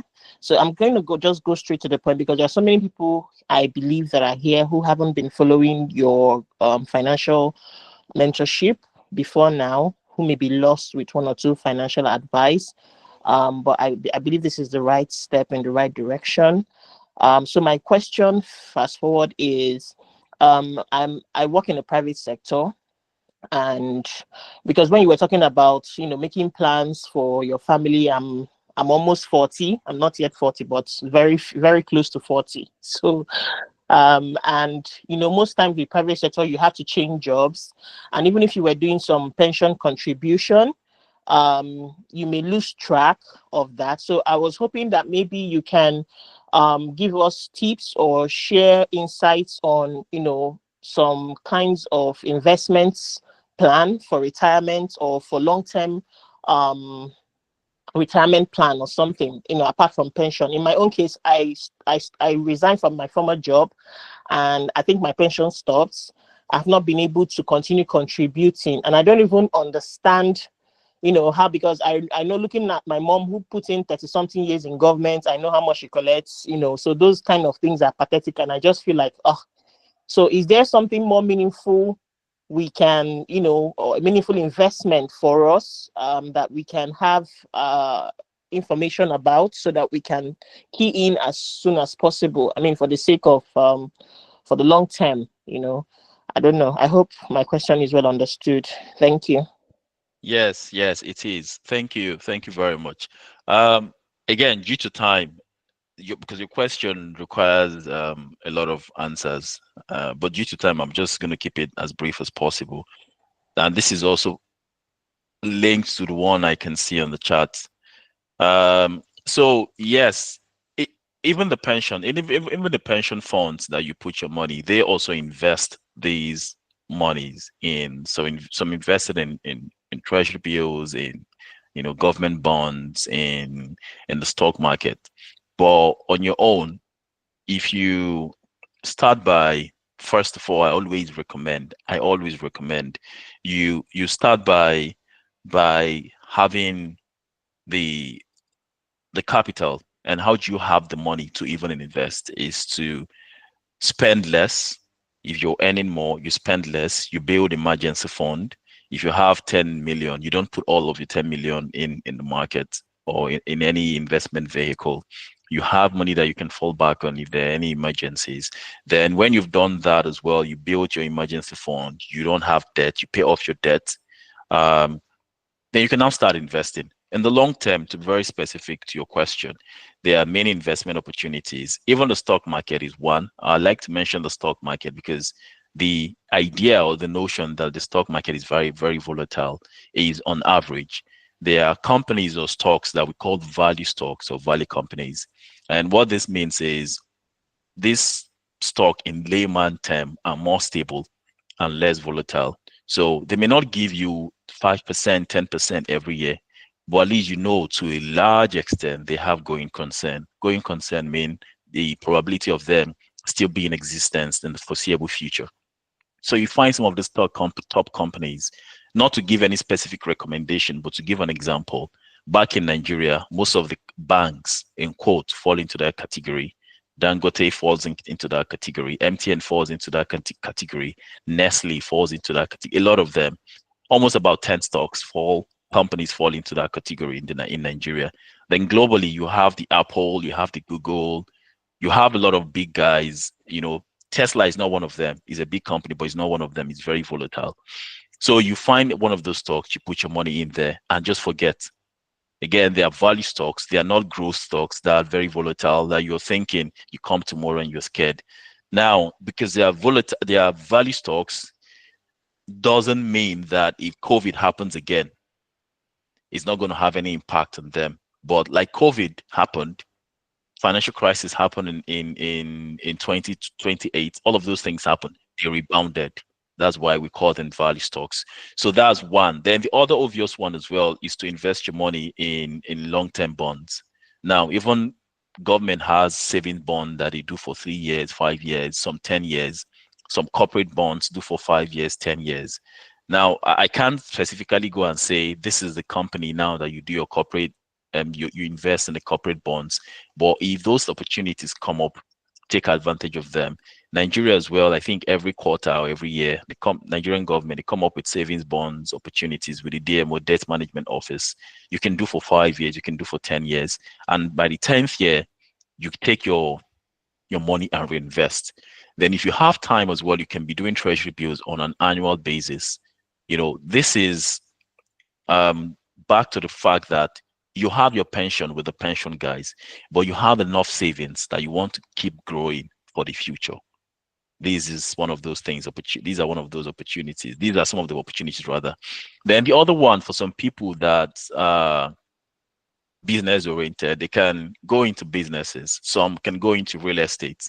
There are also the notion that real estate is not, in quote, kind of investment you want to do if you want quick cash or you want liquidity. But for you that you don't necessarily care about um, um, short-term turnover of your money, you go into real estate. The risk in Nigeria is, for example, if you own properties in Nigeria, commercial properties or residential properties, you're likely not to be getting your rent on on an annual basis because they pay rent on an annual basis. That's one of the risks. But at least you have your building, which should have value for the next 20, 30 years. The land where the residential building is yours.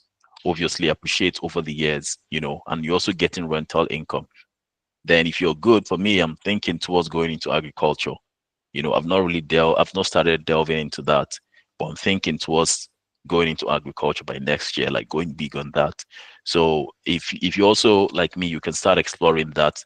I don't like to give categorical piece of advice on something I've not done or tried. So I'm not going to speak so much on that, but for commodities, agriculture, I'm thinking towards that, and I know you can get some very safe investment if you go into that. Like I said, we can have these as a webinar on another day, exploring all the possible investment opportunities and vehicles we can get, Nigeria-wise, globally. But for you, getting to that level, I don't think is late. Your pension must have gotten up to 100 million now, miracle. But you can grow more than that in investing in stocks as well, investing in treasury bills. Just to give you a summary, in treasury bills, investing in other fixed income, whether from the government or the corporate side. You can do real estate. You can do agriculture. Now the question is, how do you start doing those things in terms of implementation? You can reach out to me and I can give you some pieces of advice. Although there are resources online that you can read that would help you and guide you as well. So I know we have two more hands up, but let me just also answer this question from Kosi. Kosi, this is also tied to what Miracle asked. And Kosi's question is, in addition to, okay, I think there's another one. So the first question is from Kosi is, with personal finance gaining more attention these days, what practical strategies would you recommend for someone new to managing their money, considering a wide range of finance apps available? It can be overwhelming to know where to begin. How can a beginner effectively use these tools to stay on top of their finances? So, of course, if you're specific about the tools and the apps we have, is I don't know. Well, does anyone want to answer that question? Because I don't want to promote any app now. Mukhtar, Ginika, Emeka. Sorry, Sep, you don't have to say any specific app. So I Okay, just mean something that is practical, like okay, do I okay, invest in stocks or anything okay, like that? Sorry, I'm in a library, so I can't really speak much. okay. It's all right. Thank you for the clarification. Mukhtar, your hand is up already. So, You can just could you add. find out where the country where she's resident? Yeah, she's in Canada, So but it she's doesn't looking it, for. it doesn't mean she can't do other countries or even in Nigeria. Yeah, go on, Okay. Chisimdi. So she's asking for platforms she can use to invest in stocks and all of that bit, yeah? Yeah, like a beginner, where does she start from? How does she start? Well, first of all, what I always advise is what we need when it comes to investing is just the basic knowledge. You know, first of all, she needs to reassess her knowledge, her basic knowledge about finance, most especially as it regards investing in the stock market, right?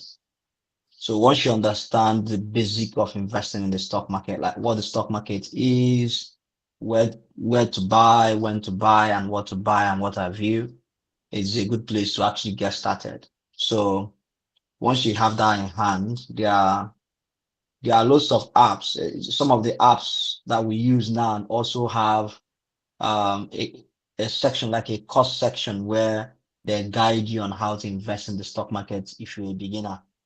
One notable one is Bamboo. Bamboo have that particular section. It's not a recommendation. I'm not recommending any app. And then she's in Canada. She can use eToro.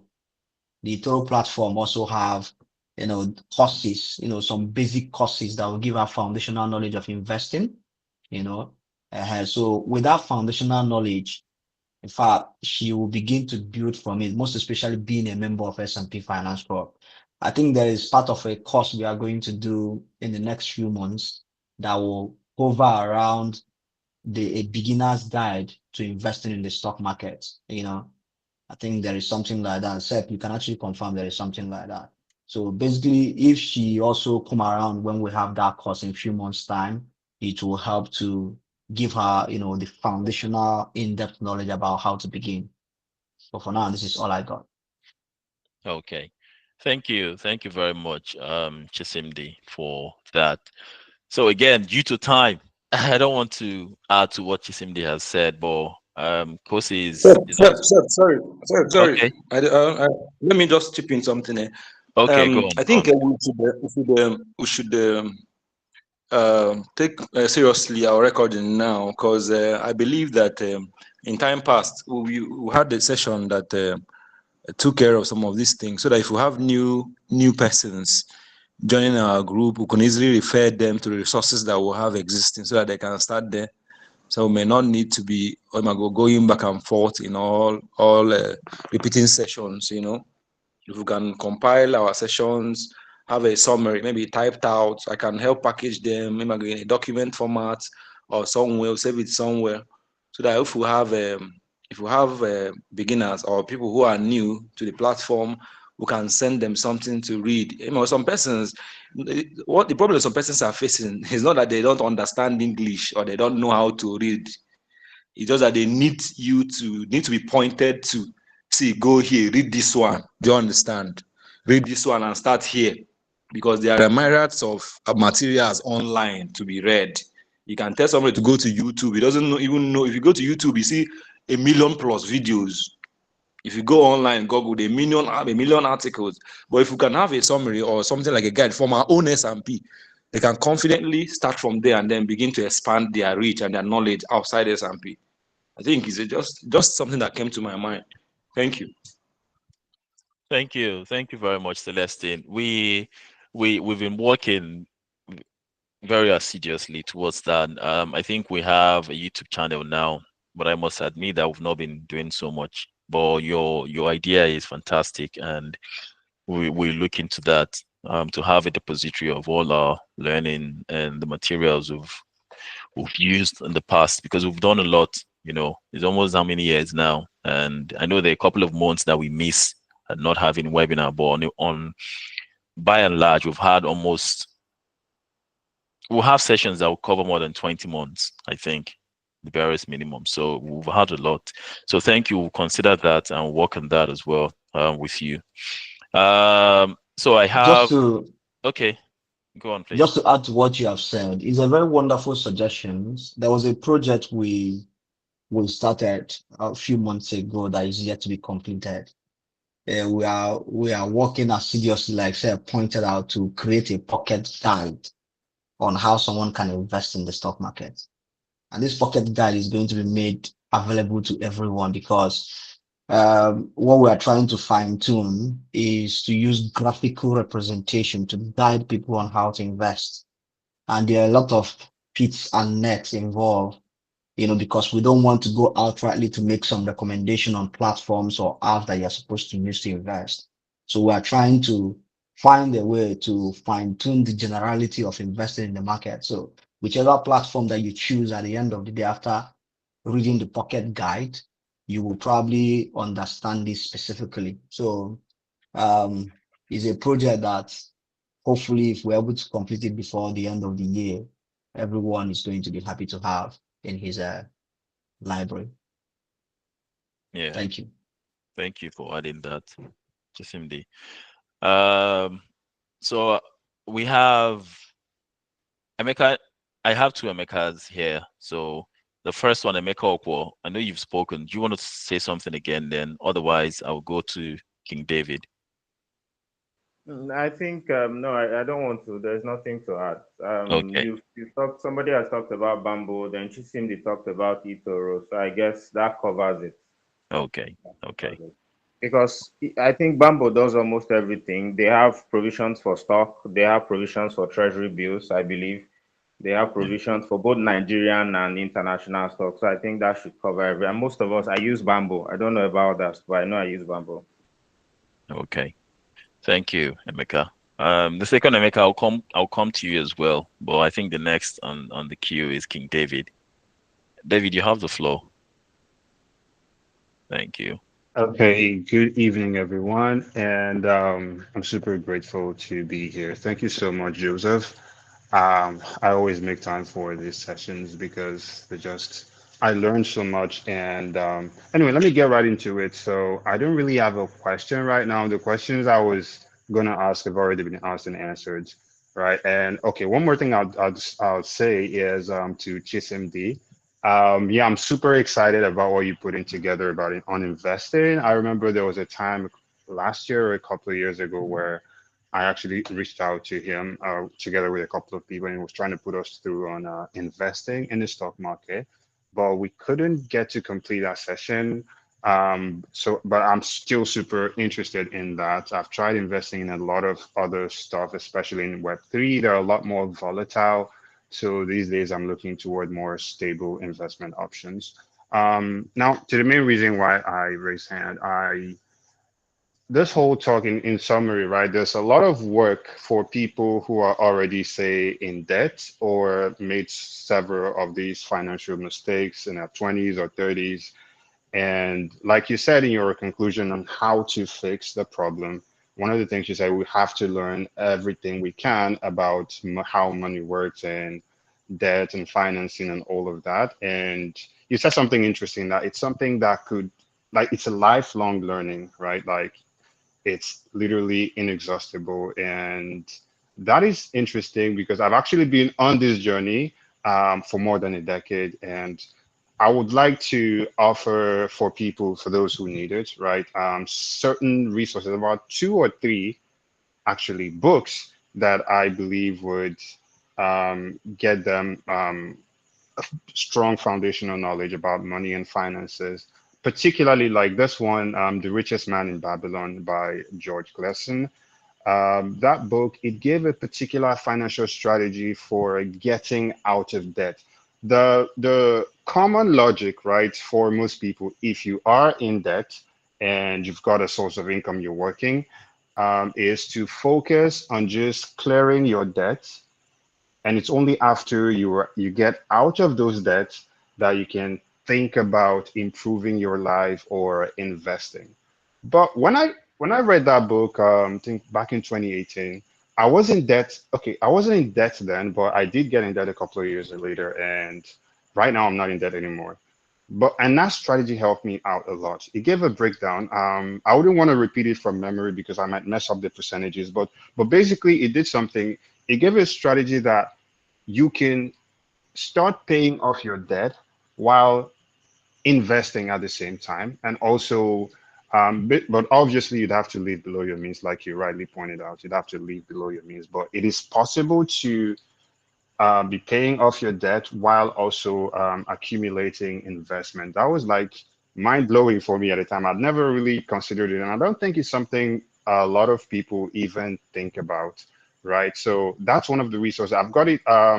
Obviously, anyone can go get a book, but I found that when you listen to an audiobook, at least for me, it is true that the lessons and the information is kind of like it sinks easier and deeper and into my subconscious mind, and I'm better able to assimilate them and implement them in my life. So that is what I wanted to like recommend. Like maybe on the community, I'll just drop my Telegram link. People, those who are interested could just reach out to me and I'll send them some of these resources. I think about three. The Richest Man in Babylon, obviously, and then The Millionaire Fast Lane, and I Think and Grow Rich. About three books, right? Some of them I have them in audiobooks, and the most obviously anyone can go get a physical copy from a bookstore or maybe get an ebook. I do have some of them in ebook, but I think particularly that Richest Man in Babylon would be very, very useful for those who are currently in debt or just to give a good foundational knowledge about how money works. So thank you so much for this opportunity. I'm always excited to be a part of the monthly meetings. Yeah, thank you very much, King David, and your participation in the community hasn't gone unnoticed. Same like almost everyone here. Um, Case in hand is Miracle that just joined a couple of days ago, and she has evangelized personal finance and even brought a lot of people into the community. So thank you very much, Miracle, and thank you, King David, for offering to help as many people as are interested in these books and resources, and Excel as well. Thank you for bringing your system board. So I know, apologies, we've gone 16 minutes past the time, but I still have the last speaker, Emeka. He's a very funny guy. So Emeka, you have the floor, please. Okay. No, don't laugh. I have a serious question this time around. Good evening, everyone. Yeah, good So evening. I totally understand the point about living below your means, right? So that you don't end up going back to where you're coming from, in the sense that you're able to have enough money for you to invest.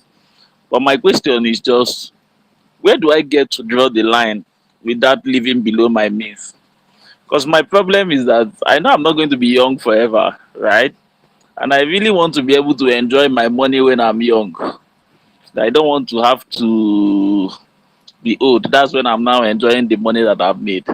How do I draw that line? Because sometimes, I'll be honest, some people that I even give money in the name of black tax, sometimes I feel like they live better than I am living currently. And it's not that I need to be able to know at what point do I draw that line to say, okay, I can have fun at these times, I can indulge myself at these times. uh I want to be able to live in Lekki and do some other things as I'm making the money now, and I'll still keep some for myself. Hi, God. Ah, uh, well, you,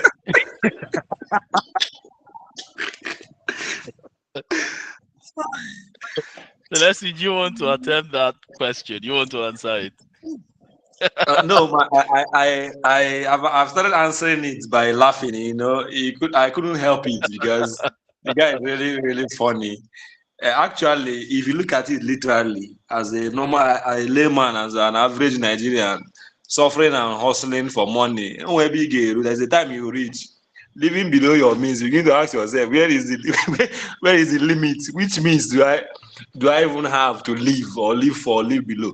But the truth is that on a more serious note, that living below your means is more like a call to action. To me personally, it's more like a reminder that, hey, I you should watch how you live and how you spend and how you manage your wealth. All right. And it doesn't mean you should not enjoy yourself. Once you guys go club, you get even if it's one glass of wine. What it means is that if you are earning certain amount of money, that you should not go to club and begin to order for a zoo or do some kind things. All right. And then you've not been able to make any reasonable investment for yourself apart from your salary and the money you make. You cannot really say if there is any problem now that you can sell these assets or do this to save yourself during the rainy day. Do you understand? So you should not be able to live as if you are Dangote or you're Lumelu. But there's a level you reach as a person. I cannot quote exactly, and I don't know whether Seb has that particular figure to say it is when you reach 2 billion or 2 billion US dollar worth or 100 billion US dollar worth, then you now start to live as you like, so as carelessly as you like. I think it's more like a call to action to know that you should watch how you spend and how you manage wealth. There is a level you reach. Nobody will tell you that you are no longer afraid, to live anywhere you want to live. And then there is a principle that most of us have used over time. And you know that you want to buy a car or you want to buy iPhone 16. You ask yourself, can I afford this iPhone 16? Say a minimum of say 3 times or 5 times or so. So you don't use all your money and buy iPhone 16. And then tomorrow, if your landlord calls you to pay rent, you say, okay, wait, I bought iPhone 16, make I enjoy am first. Or you take all your money to invest in one landed property, and then somebody calls you from the village, or your mom calls you, your mom is sick, or somebody is in need of something that is very important, or an opportunity comes up for you somewhere. You begin to complain and say, if not because I bought this land. You can't go hungry because you bought a piece of land. All right. But there's an extent you reach as a man. You know that, yes, if I buy this piece of land, if I buy a car, I can feel it. If that car breaks down on the road, I'll be able to fix it.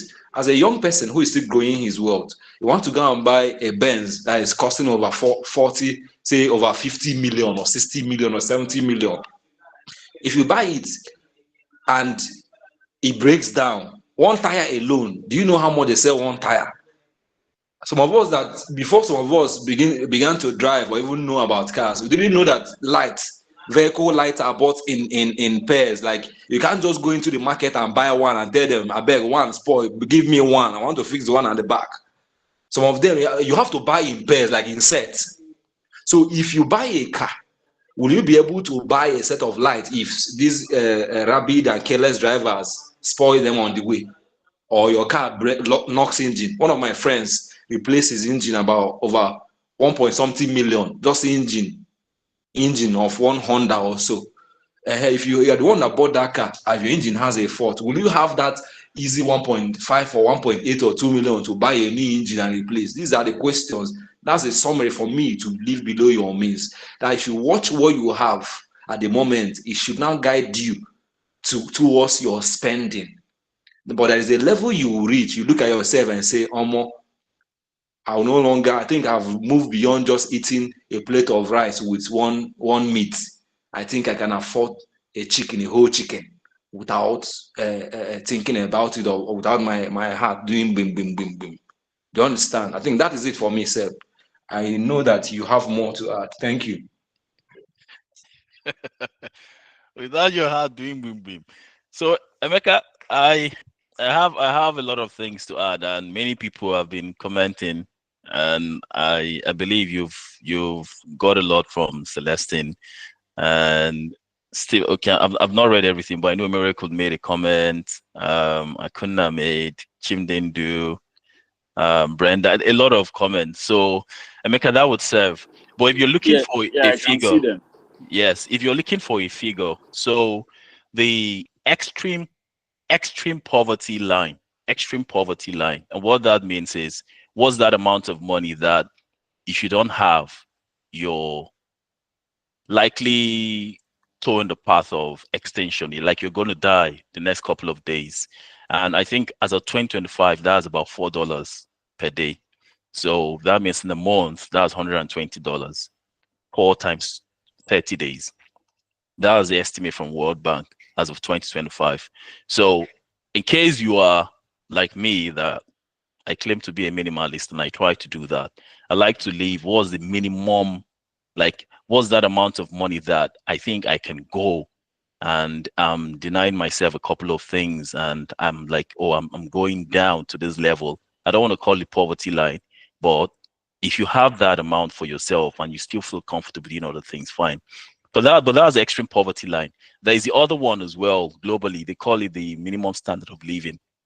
And in the UK, I think as of last year, it was about £28,000.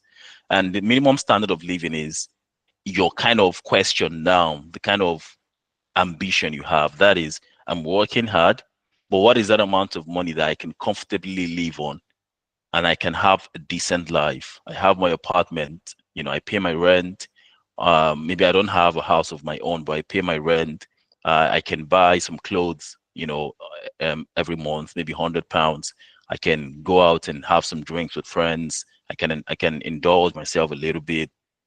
That is about £28,000. So in a month, that's for UK standard. I am not so sure what it is globally, but I think it's about $1,000. So if you are not earning up to that, that means you still have more work to do. So thinking about, I know is a sad answer to your question, but thinking about indulging now so much when you're not there, these are just numbers, may not really be okay quantitatively, but come down to your own reality. What do you think? Like I always say, my own person, I know the minimum I can go and I'm doing okay. And I'm not, I don't do things to impress anybody, to impress people that don't even care about me or I don't care about. So either way, there's no need doing that. And if I want to enjoy as well, sometimes I do that more with friends and family. Every month, I used to do that when I had money. Every month, I buy a crate of Heineken. I'm not a drunk, but at least once in a week, I just spend time with friends and we take a couple of bottles. if it's fresh fish we get, it keep life going. You enjoy a little bit. Then I watch football. If I have money, sometimes I leave my house, I go to viewing center to watch football. In the UK as well, when I have time, I go to I go to some stadia. I go to watch football there, just to the little I can do with the little resources I have. Then when you come to giving paying black tax, and these people live much better than you do. That is the reality now. I'm being honest, and it's quite sad and funny at the same time. So, but again, they are not thinking towards making sacrifices you're making financially. That's the burden of responsibility. So you're in a responsible position to keep being stable financially to at least support yourself and support others. So there are certain leisures and indulgements you wouldn't get yourself into. Meanwhile, for them, perhaps they've got to that level where they've passed the gratitude phase, they've passed the expectation phase, they're now in the entitlement phase, and they are somehow entitled to the tax you pay them, and they are enjoying. You get, but don't feel sad. That's one of the burdens, like I said, of responsibility.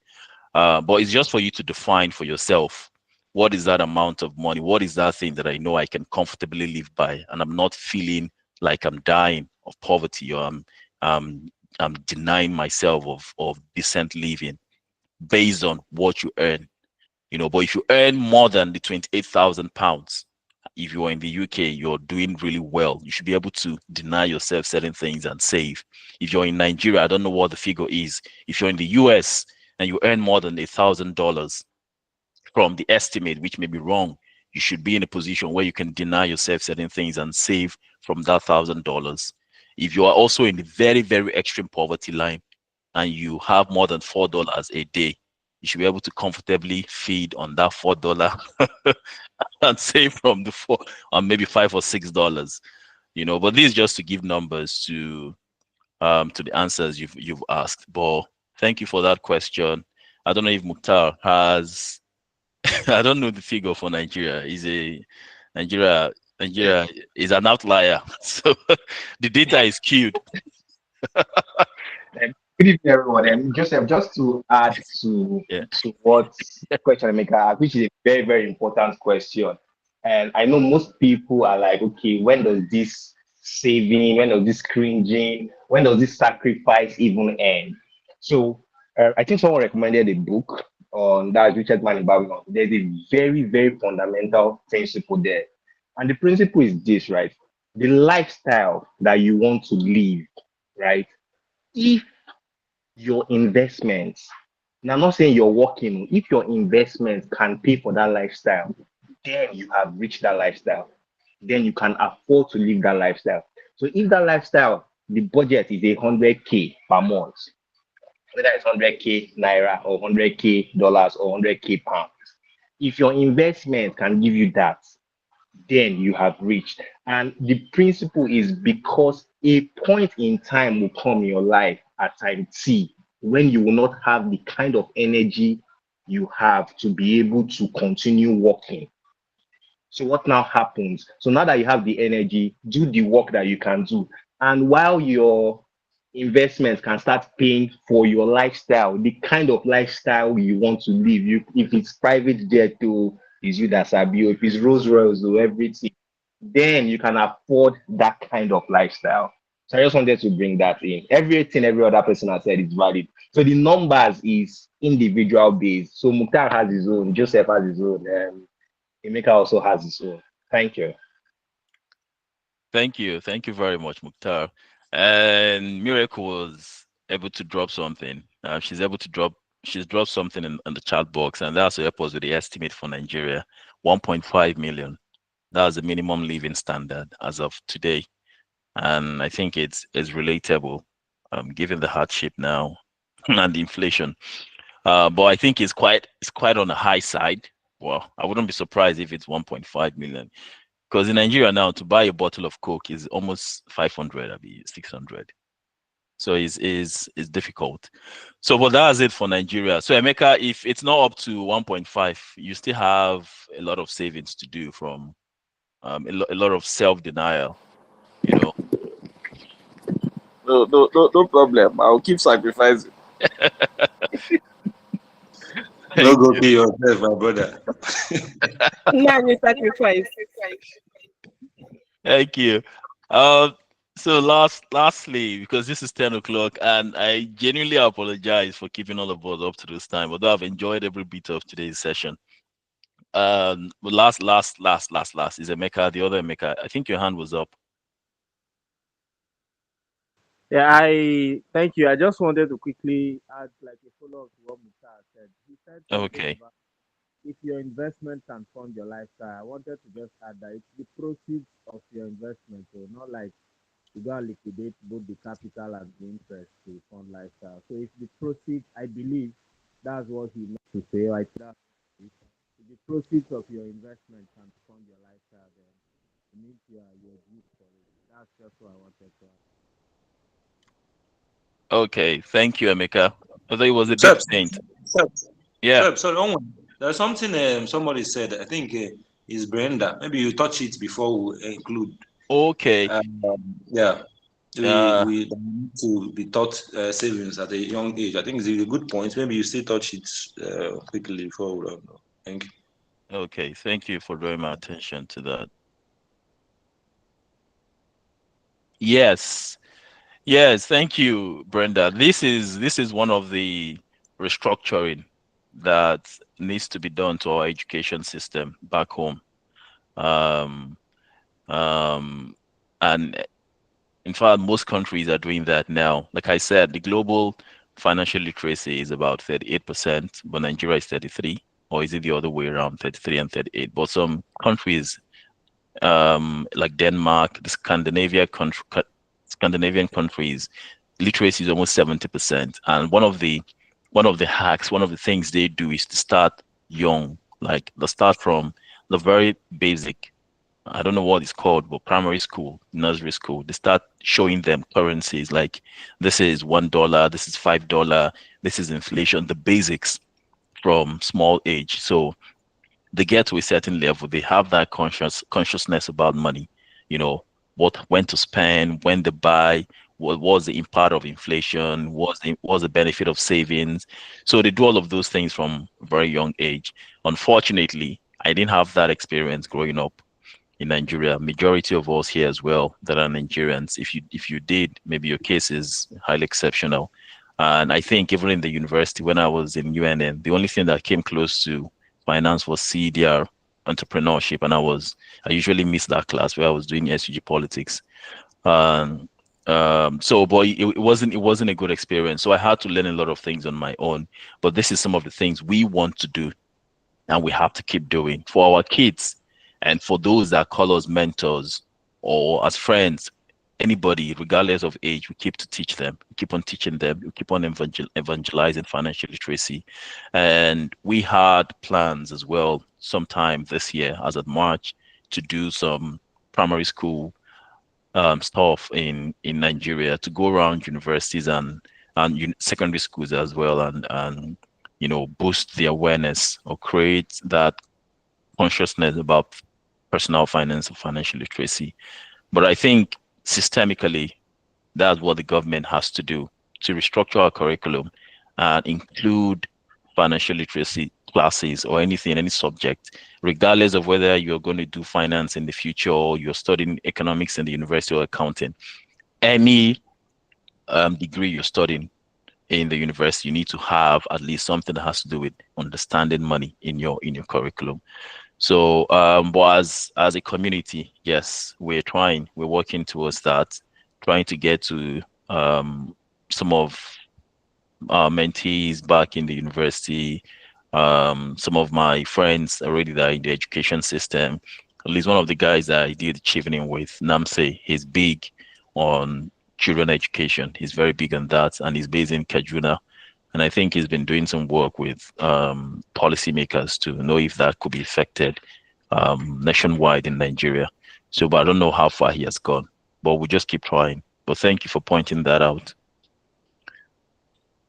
Kosi, I think your hand is up.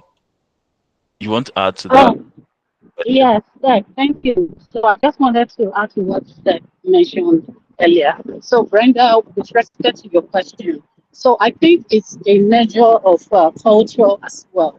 So, I'm going to use myself as an example. I grew up in a household whereby, so in the Igbo culture, I'm going to speak respectively to my Igbo culture. So the Igbos believe that the the father of the house is to provide for the family. The mother is to support the household. So the essence of the whole thing, the whole idea is that the kids there are there to be trained. So if I'm going to use myself as an example, I grew up, I went to school. Yes, I didn't really get to work. In fact, I didn't even work throughout my time in school. But what I would say is that probably because of that lack of work experience, I never really got to learn about money. So the only time I got to learn about money and its management is probably during university days, and then when I started working. So that's what I can add to that. So it's probably due to cultural differences. And another thing I can also say is that here in Canada, I've noticed something significantly different. So high school here is equated to secondary school in Nigeria. And there's one thing I noticed here. Most people immediately after high school, in fact, once you attain the age of 16 years, most people start to work. Most teenagers start to work immediately. And when they start to work, when you attain the age of 18 years, you are already seen as an adult. And at that 18 years of age, it is seen that you are supposed to be responsible for a lot of things. So I feel like for me personally, it's more of a cultural difference thing. So it's good for me. I believe that you can attain financial independence at any stage in your life. So what S&P Finance is doing, I totally support it because it's very important that we build that. Yes, we have the things that we grew up with. Every day we learn, we relearn, and do a lot of things. So no matter what stage you are in your life, whether 20s, teenager, 30s, 40s, 50s, 60s, 70s. It doesn't matter. You can always attain financial independence at any stage which you are in. That was why I asked that question. I was like, I don't mean for you to mention any app. I wanted to be like, if you have money right now, right? Like me, my major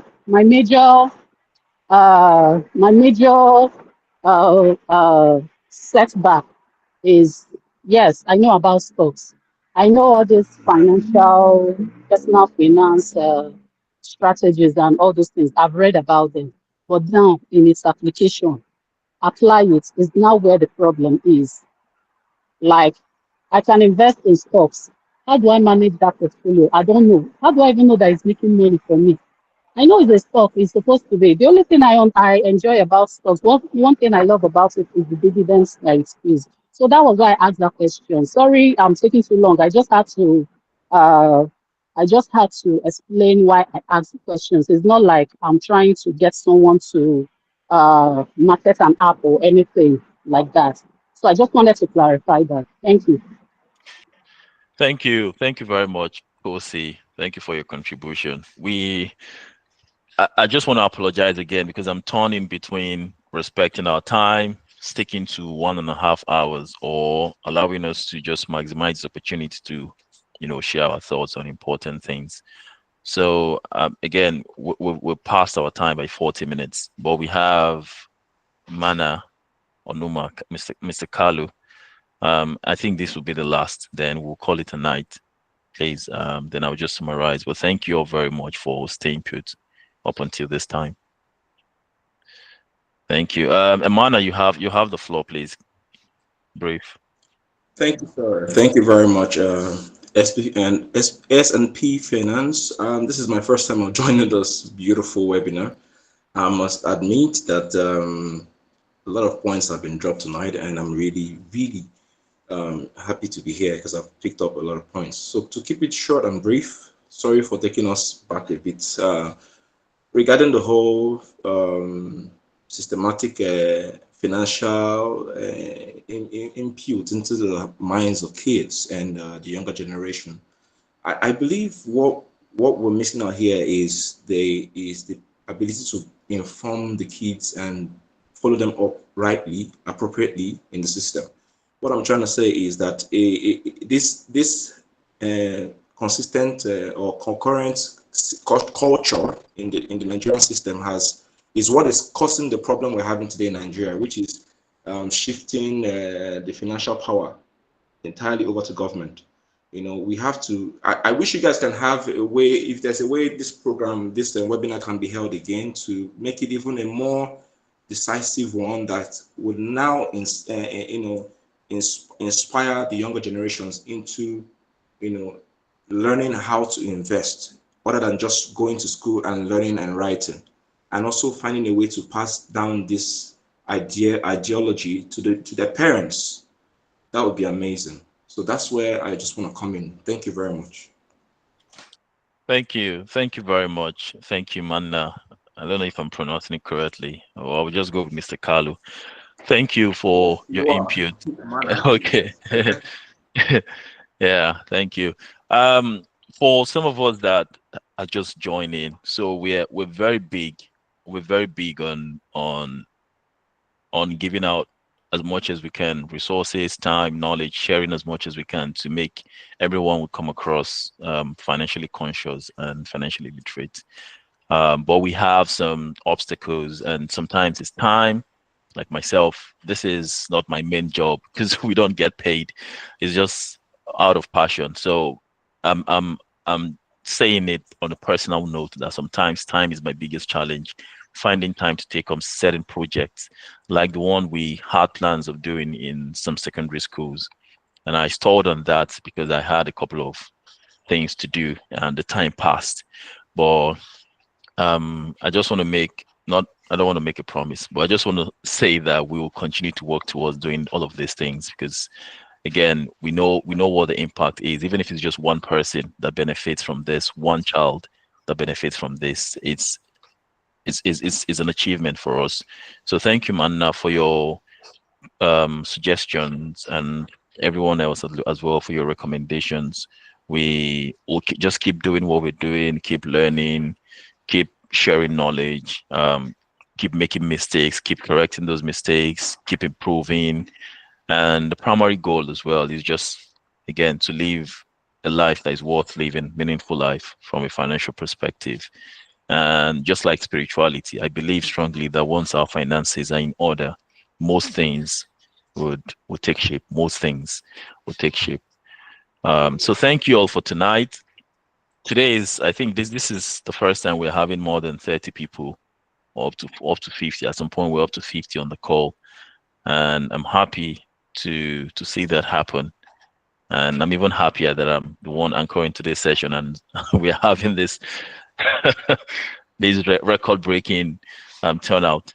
So we usually have this on a monthly basis, and we're looking forward to having the next ones. We have some topics lined up for the next 4, 5, 6 months.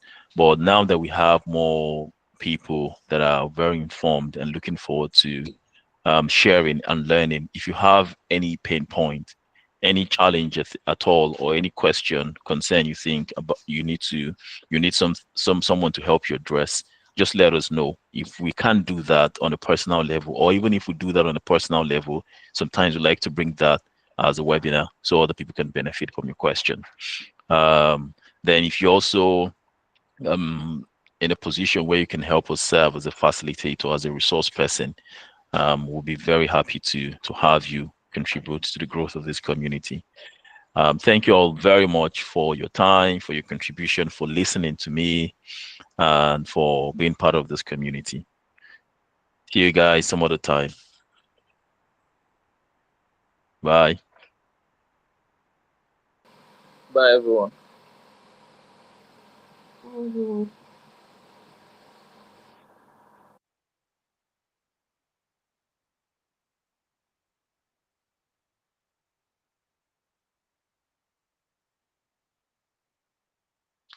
Bye.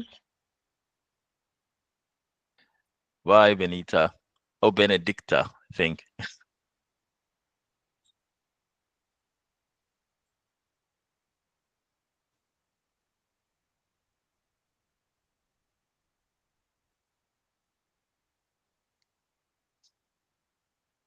You, I don't know. Let me stop sharing before I go ahead and make some comment. Stop.